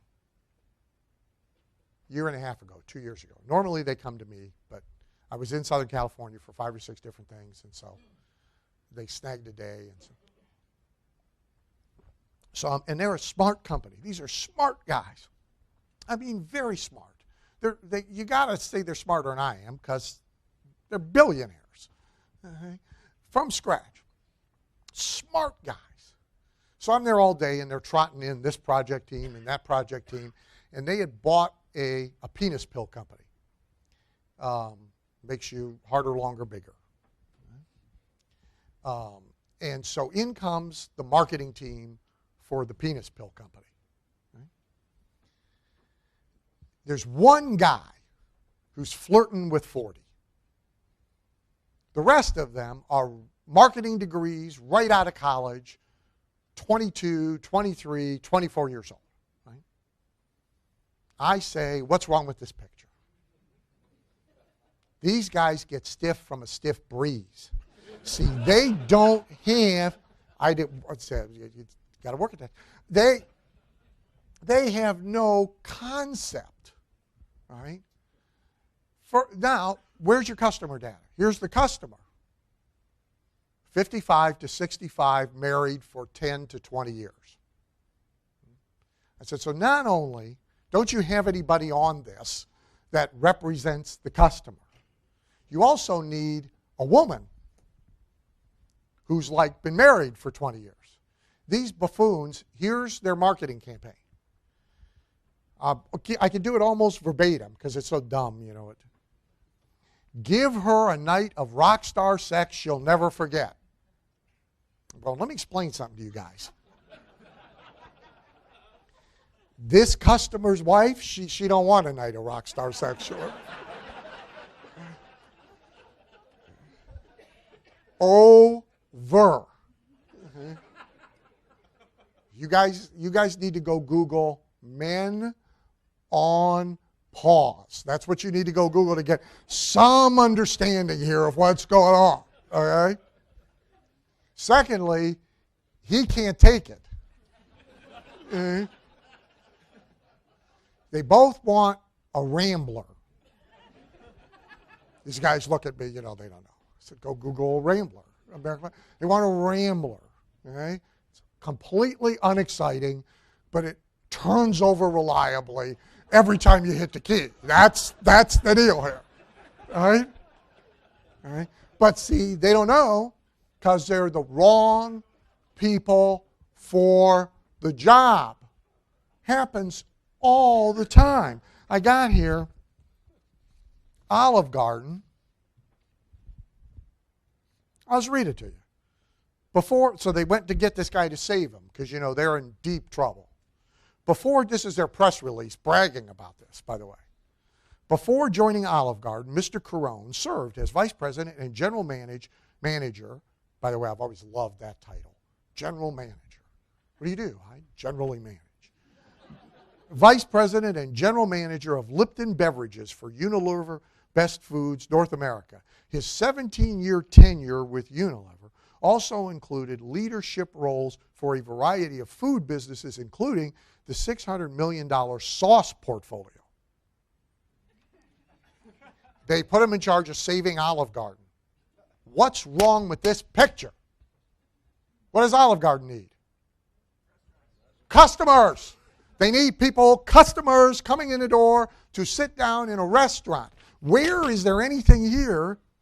He managed the sauce portfolio. The what? Sauce portfolio. And he's got an MBA in marketing. God bless him. All right? I will read you his statement. Brands are looking to sponsored influence and native advertising as traditional forms of media continue to lose their relevance. Oh, you want it again? Brands are looking to sponsored influence and native advertising.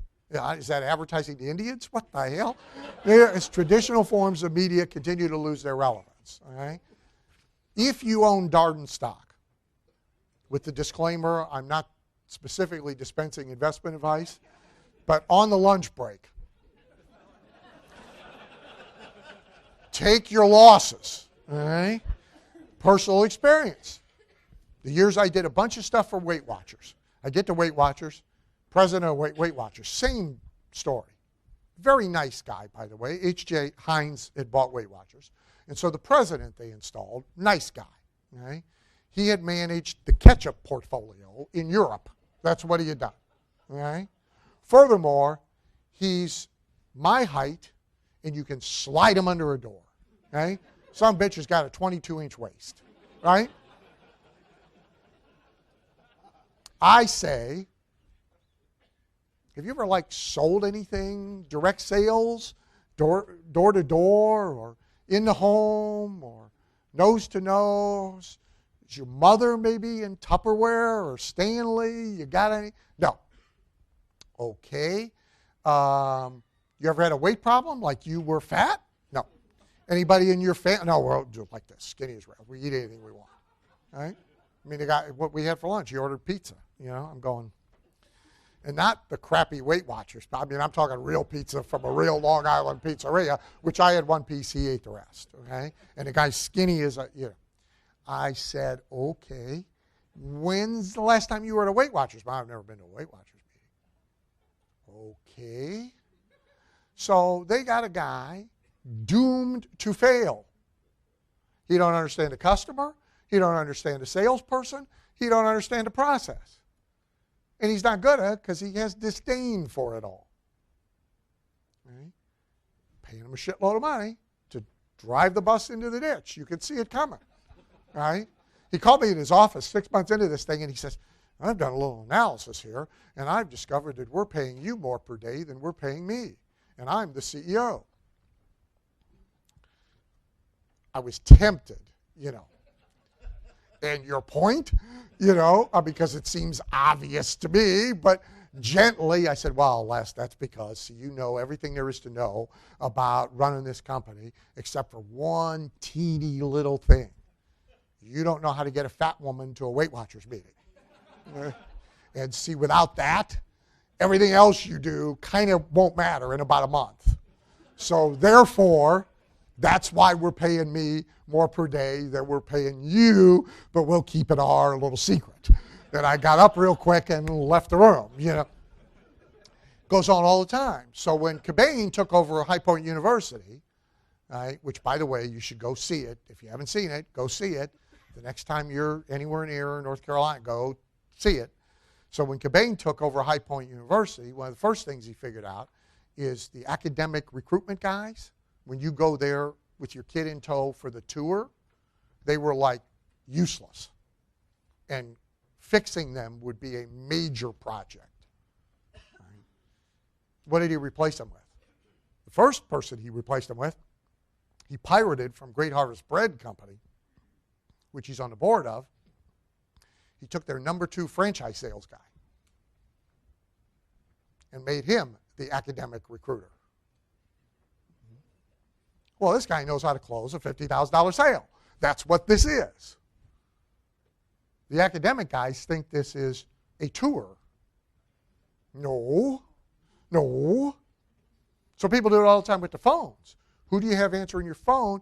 If it's a book an appointment function, that's a sales function. People have receptionists. They think the job is reception. Hello. That's reception. Hello. See, that's Walmart greeter. Okay? There's a place for that, but not handling a sale. So Cobain quickly figured out, we got the wrong people in the wrong jobs here. Right? Here's what this is. I need to get somebody actually qualified to do this. So Disney, give you one more. So how many of you in here go to Disney at least every once in a while? Okay, good. How many don't? How many haven't been to Disney in, say, 3 years? Raise your hands. Oh, for God's sakes. Leave. I'm keeping the money, but leave. Get on an airplane, go to Orlando right now. Right? You got to go at least twice a year with no kids. You got to leave the whole thing at home because they'll interfere with your concentration. So you got to go to work at least a couple times a year. You go there to work. See, because nobody is better on earth at separating people from all of their money and having them happy about it than Disney. It's now 5 years ago that in dollars per head per day, Disney surpassed Vegas. Vegas has gambling, booze, nightclub hookers. Disney's got a mouse and the Frozen chick. That's what they got.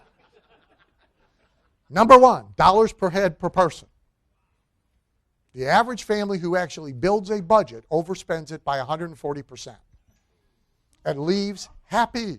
Disney just raised their prices again, by the way. Park admission prices. 5th price increase in 2 years. Makes no difference.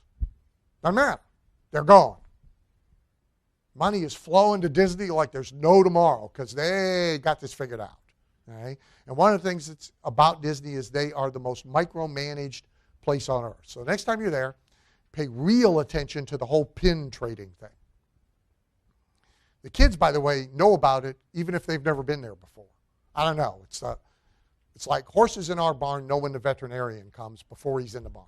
The horses at the other barn pass the word. Okay? And they know, well, you can tell they know because some of them trying to hide. They go in the back corner of the stall, they put their head way down, their ass way up, and they try, like a kid in a class that doesn't want to be called on, and they try and crawl into the little corner of the stall because the vet's coming, and he's 2 barns away in a truck. I don't know how they know. They know to pass the word. So kids know about this pin trading thing the same way. They know before they ever get there. I don't know how they know.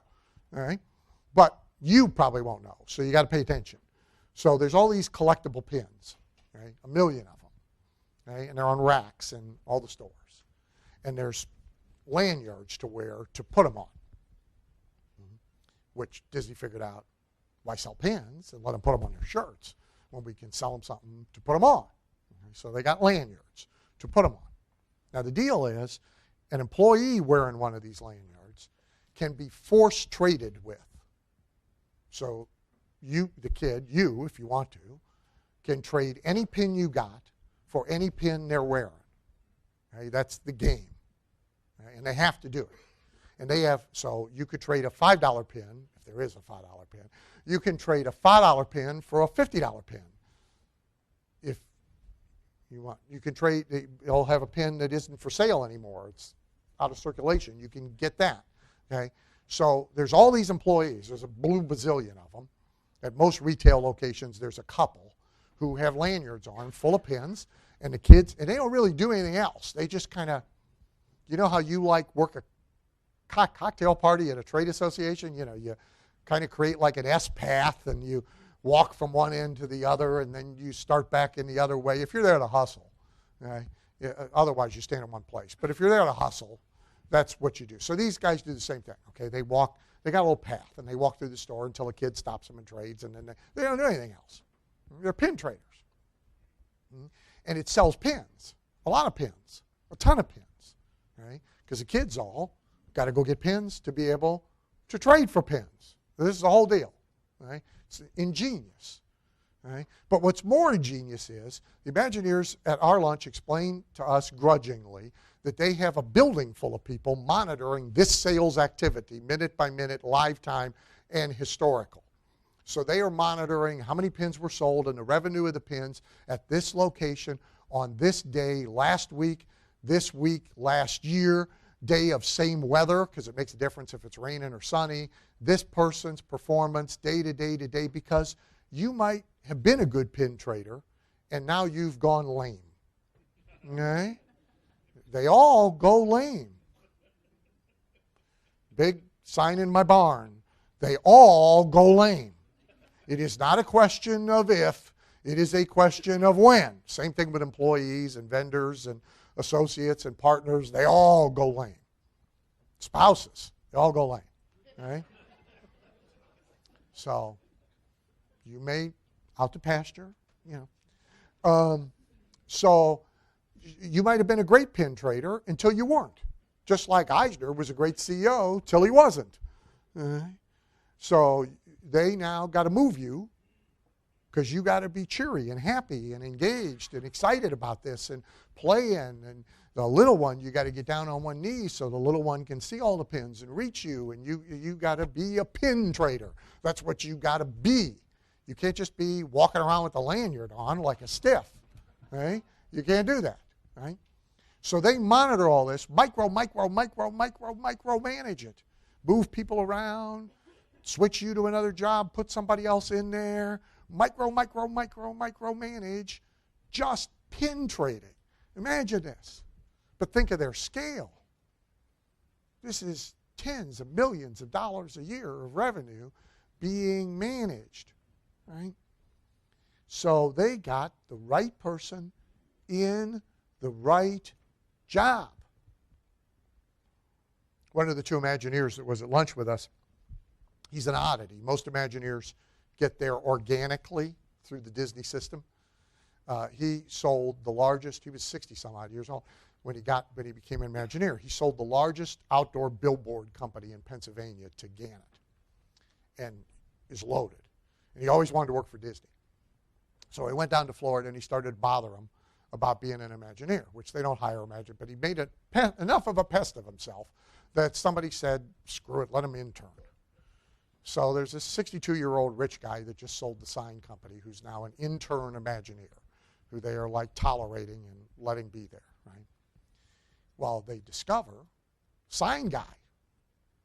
So he said, the good news, bad news is, he says, I'm now a full-time Imagineer, which is what I always wanted to be.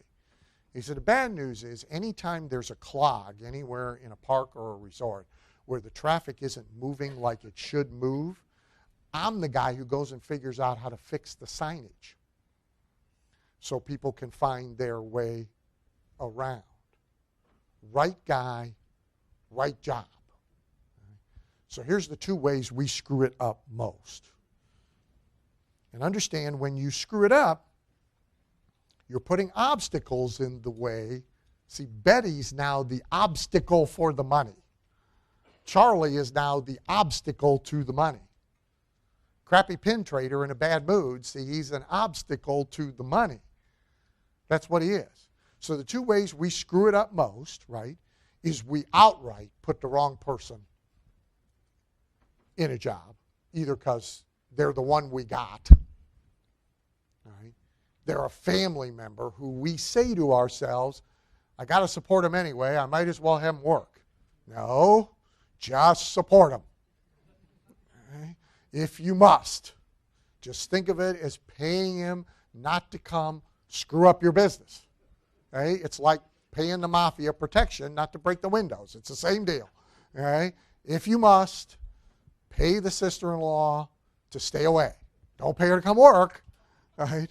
I mean, so we got them. We got to employ them.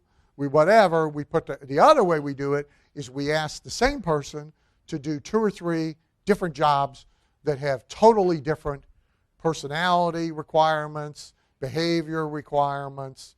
So in a lot of healthcare practices, they actually have the person who files the insurance and collects the money answering the phones while the rest of the front desk staff goes to lunch together. So they have Battle Axe Bertha, who is highly skilled at collecting money, at getting blood out of turnips. They have her taking the inbound call from a prospective new patient. If they did any checking, from 11 to 2, they would see they never got a new patient appointment, ever. There's a reason for this. You also you could never have Carla, my wife, collect money. She would make a collection call and send them money. Okay? She's like empathy on high heels, this woman. So you can't put her in that position. You really can't have her sell. Now, she's better at that than many, but still, you know, when it comes time for the kill, if they don't sort of roll over, she really won't kill them. So bad jobs for this person. Doesn't make them a bad person, but if you have the same person doing 3 things, and there's 1 thing they're good at, and 2 things they're crappy at, so you look at what you've done to yourself. But we do it all the time. Also in organizing people, page 96, you want to feel free to deal with people aggressively.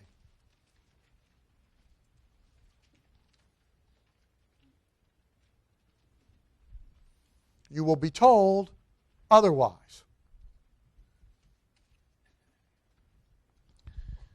Even in the Silicon Valley environment, where, have y'all seen that god-awful movie, The Intern, with Doofus in it, about the older guys that go to Google? If you haven't, it's a horrible movie, but it is instructive in its own way. I mean, because this is the, Infusionsoft's a little bit this way. You know, where for the employees, we got a cereal bar and you got to rub their shoulders and shit. You know. Google has gotten themselves, I love seeing liberals get it. I really do. Hoisted on their own petard. So in case you haven't noticed, Google now has got this problem in San Francisco because they send buses around to pick up all their employees at their homes and bring them into work, because if they don't, the kids can't get to work. So Google, Facebook's answer to this is they're building a campus. They're building Andrew Carnegie's company town, and they're just going to house them and feed them and have stores for them and just put them there. But Google's got buses. So they now got buses running all around, coming to everybody's door and picking them up in the morning in order to get them to work, right? And bring them home at night, because otherwise the lights would all go out in the building and they'd still be sitting there. So they got these buses. So here's what's hilarious to me. The employees who now have the buses, they are now the evil 1%ers in San Francisco. And everybody else who works in other jobs who doesn't get picked up, they're protesting. They're throwing shit at the buses. They're lining up around the buses. They're lobbying the city council to outlaw the buses. Jerry Brown now says, well, we should at least state tax the value of the bus rides, because that's income. So we should make Google issue everybody a 1099 for the value of the bus trips. Imagine how well this is going to go over. Okay? So there's this idea of, if we coddle them, my titanium member, who's not here, he's from Russia. He's very funny. He makes Putin look like Jimmy Carter and Carla. Okay? I mean, this guy is hardcore, right? So he says, I ran an actual split test on this. He tells us at the last meeting. He says, I put some salespeople in the environment where I usually have them, in the gulag. You know, and they come, they're in a concrete cell with a phone, they make calls, they sell stuff. If they don't, we drag the body out and we put another one. He said, over here, I put a bunch of them in a nice place, and I put a couple ping pong tables in, I put some juice in, and I put a couple of nice chairs in, and he said that lasted about a month. He said, now the ping pong tables are in my garage and the juice is at home and everybody's back in the gulag, because the gulag guys are out selling the guys in a nice place 3-1. I don't know about the gulag, but I will tell you this, there's this pressure to treat them like poodles, you know, and even the highly successful .coms. So if you haven't read, so Bezos and Jobs, okay, you got to read it about and by these guys. And if you haven't read the Amazon book, The Everything Store by Brad Stone, how many haven't read it? You have not read it. Okay, it's called The Everything Store. It speaks to Bezos's forward orientation, which is to sell everything and have no one else sell anything. He's very clear, by the way. Very clear. But Brad Stone, he gave him incredible access. And this guy is a good writer. And so the culture of Amazon is clearly described throughout this book. There's other reasons to read it, but it is because hard to find anybody more successful, faster, broader, all that than those guys. And he's like a match with Jobs. So if you study Jobs and you study Bezos, you really got kind of the same guy. And they are very aggressive in dealing with people. Chuck Sakaris, who I did some work for many years ago, he built a company called Physicians Weight Loss Centers. It's based right here in Akron, Ohio. And I'm at the office one day, and Chuck says, I'm going in and do the Monday morning talk to the people on the phones. He said, you want to see it? I said, sure. So he picks up a big baseball bat in his office. I said, well, this. Walks in the door. Hey, everybody. Chuck Sakaris. He's got the baseball bat over his shoulder. He says, starting on the phones today. Some of you are new, some of you aren't. Let me tell you what goes on here. We play baseball. 3 strikes, you're out. You take 3 inbound calls. You don't book an appointment. Don't wait for us to come get you. Get your shit. Leave. Next batter will replace you. That's what we do here. 3 strikes. Count them. Everybody count with me. 1. And he stands there. And everybody says, 1. He says, 2. Everybody says, 2. He says, 3. They say 3. He says, no, you don't say 3. When you hit 3, you pack up your shit. You leave. Have a good week. Out the door he goes. Right? He's right. Every phone call costs money. You can't have somebody who can't book appointments taking phones. Can't do it. Got to go. You're better off with the empty cubicle. Because you'll fill the empty cubicle. If you still got Doris sitting there burning through 16 calls to book an appointment, you won't fill the empty cubicle. You're better off with the empty cubicle. So much of this you know, but this applies to clients, customers, as well as to associates, staff, everybody who is in any way around you affecting money's movement to you. You've got to manage. You have to accept responsibility for managing them. Most business owners so, the joke about business is you open a business, the first bad news you discover is you got a bad boss, a bad employee, and you can't fire him because he's you. So you're a crappy boss, which you figure out gradually because you can't get you to do anything. And you're a lousy employee because you won't do anything, but crap, I can't fire either one of them. Then the second thing most people find out is they thought they were going to be the boss. Now instead of one boss, they got 1,500 because they think every customer is a boss. And most people become very unhappy as small business owners when they let this happen. It is not necessary. Right? One of the things people do best is let themselves be bossed around. People are really good at this. See, Disney's figured it out. People are really good at standing in lines. They're great at this. Now, they have 18 ways you can shorten a line for money. They keep figuring out another one. But people are really good at standing in line. So the Frozen thing that is so hot, how many of you got kids that are of the age for Frozen? Raise your hands. How many of you the kids have seen Frozen? All of them. How many of you got Frozen stuff in the house now? Okay.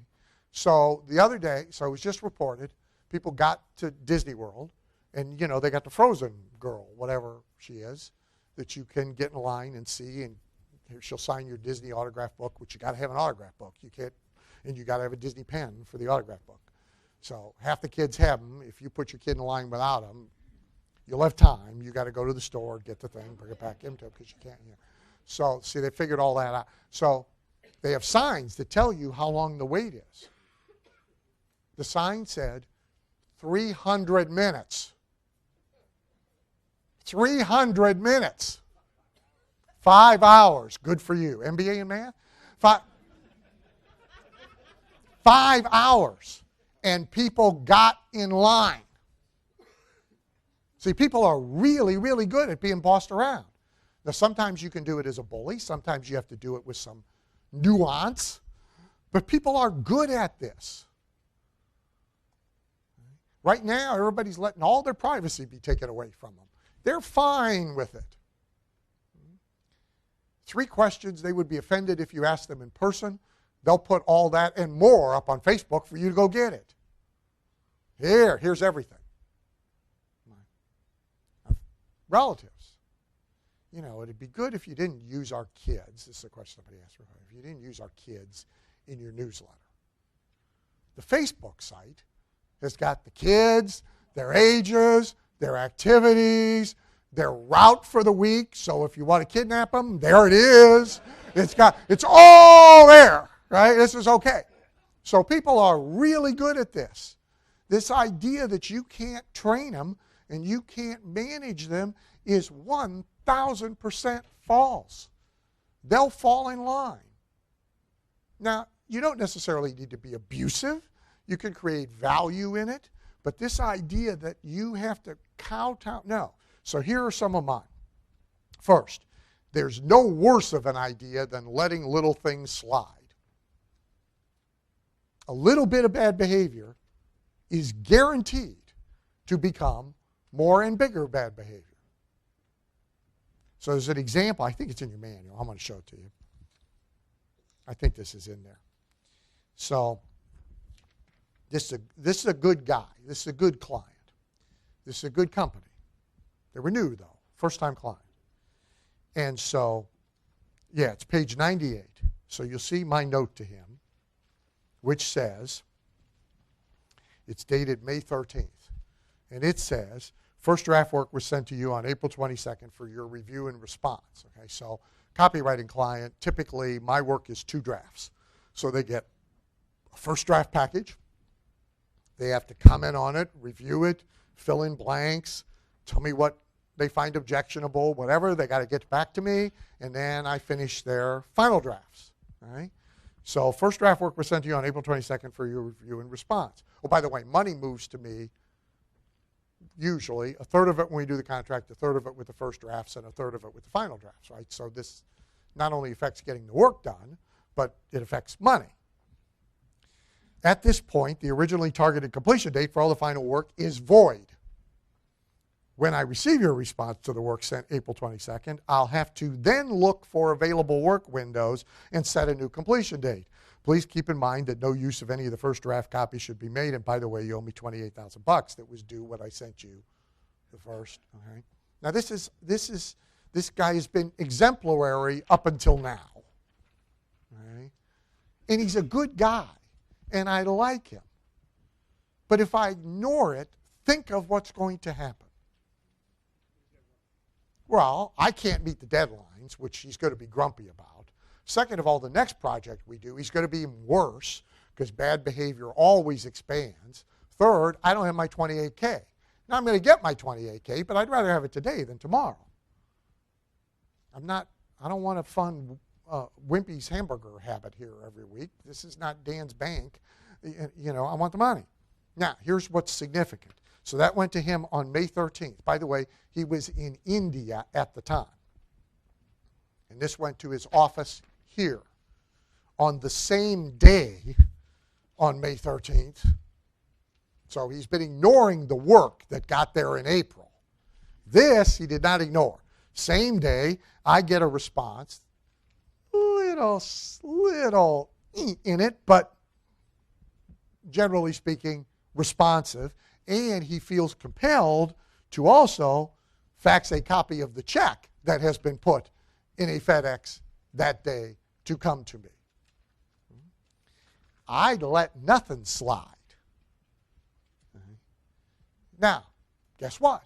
He will be much better behaved from here on out, at least for a while. The worst of them have to be slapped, every few months. But you got to slap them. You can't let this slide. I say there's no such thing as a little mudslide. When mud starts sliding, you get a damn mudslide. People must be called on their errant behavior immediately. So if the dog does something bad, I'm busy today, so I'm going to talk to the dog about it over the weekend. Doesn't work. It isn't even fair to the dog. Got to talk to the dog about it right now. You don't want to bite that person. That person comes over here to help us. Let me show you the pictures of the people you do want to bite. All right? We got to have this conversation right after she bit the wrong person. All right? You can't wait. You must document the effect their errant behavior will have on them. person misses their appointment in your office. They need to know this is screwing up their life, not just your life. Hence, hey, you're screwing up my life because you owe me 28 G's. You're screwing up your life because now you needed this stuff. That's why you spent $70,000 for it. And you're not going to get it. Your errant behavior is screwing up your life. People got to be told that. Understand, you cannot protect your integrity if you permit the people around you to act out of integrity. Money and integrity go together. So if you let the people around you act out of integrity, there's no way you can act in integrity. If I let him slide, now I can't meet my deadlines. Okay? So now who looks like shit? He don't look like shit. He don't go look in the mirror. I look like crap because I didn't meet my deadline. And after the fact, if I whine about it, well, I didn't meet my deadline because you, see, that's too late. Now it's whining, right? The exchange of advice or work for someone's money, if you are in that field, is serious business, and you can't let them treat it as anything but that. So every time I violate this, I get kicked, as I should, and it's not that I don't persist in violating it once or twice a year, but every time I do it, I get kicked. And usually the other person gets hurt too. So you need to deal with people aggressively. This is a great quote on page 101. Nelson, by the way, I've been meaning to ask you, do you know this guy, this Mike Murdoch guy? Sometime I want to have a conversation with you. Always keep in mind that few people around you have any serious plans they are pursuing on a daily basis. It's a great quote, because most people don't, right? If you go out in the middle of the day in a car, observe. You're the only one trying to get anywhere. Everybody else is, I don't know what they're doing. They're in a car, but they're not like going. Go. Now they're stopped texting. You could do that at home. You don't need to be in front of me with a green light and you going nowhere texting. You could do that comfortably at home. Have a cup of tea. Put your feet up. Stay off the street, for God's sakes. There's a reason the thing's got 4 wheels on it, Susan, because it's supposed to go. Go. Chairs have legs. See? Sit, stay. Car, go. I've had this conversation. It's not well received, but I've had it. 8, money expects you to take every aspect of your business very seriously. If you don't, once again, its bullshit detector goes off.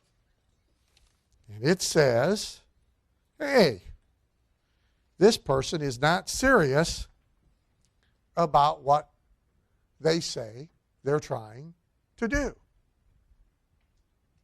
So all this stuff, see, you go speak somewhere to sell stuff and you show up 15 minutes before you're supposed to go on stage and you don't exercise any control over the environment, money goes, well, he don't give a shit. Why should I give a shit?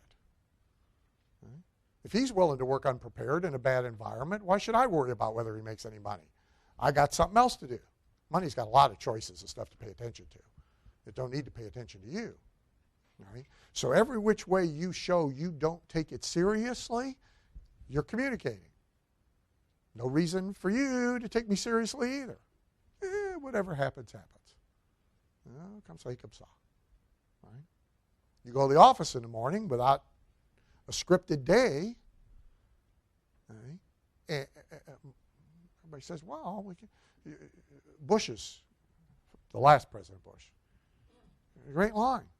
He said, if you don't have an agenda, there's plenty of people who will be happy to supply one for you. Yeah. They are. Right? And then they're all in the way of money. So most people don't script their days. Right? They don't exercise that kind of control. My days are scripted. Okay? Not only woe be unto you if you invade my premises, but God forbid if you overstay your welcome when you are permitted to invade. See, most people schedule, by the way, appointments with no end. What do you got? Oh, I got a 10 o'clock appointment. When's it end? I don't know. Well, that's not an appointment. That's half of an appointment. Okay? That's 50% of the task. Okay? The other half is, when does it end? I'm going to write today. Really? How many pages are you going to write? I don't know. When are you going to finish? I don't know. How the hell are you going to know when you are done? I don't know. Real writers don't do that. So like my day is all scripted. 10 o'clock to 10:10, 10:10 to 10:35. There's a script. And I hit it. And I'm really pissed when I don't. And usually somebody gets that aggravation taken out upon them one way or another, because I take it very seriously. I am perfectly capable, by the way, of goofing off. That's a different story. I mean, it's in the script. Goof off. Okay? When I went to the mall the other day for 3.5 hours to get a shoe shine, that was my purpose. The rest of the time I knew I was just going to goof off. Put a little cushion in before these 3 days, relax, have a nice lunch by myself so nobody aggravates me. Get a shoe shine at Nordstrom's, okay? Because that's not the only place I can get a shoe shine. You fly private, for some reason, there's no shoe shine stands in the terminals. I used to fly commercial all the time. You get a shoe shine when you flew. So now you got to go to Nordstrom's at the mall. That's what I got to do. And there's the shoe shine guy's hilarious, by the way. He's a black guy. He looks like Jay-Z. He's got the biggest watch. He's got bling all over him. This guy's a shoe shine guy. You know, I don't know. He's dealing dope. I don't know what he's doing. But I mean, he looks just like a rapper. It's hilarious. And he's shiny shoes. He's a very funny guy.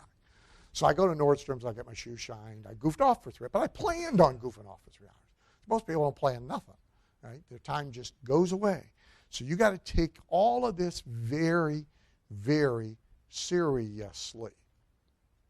Money's serious. Business is serious. Life is serious.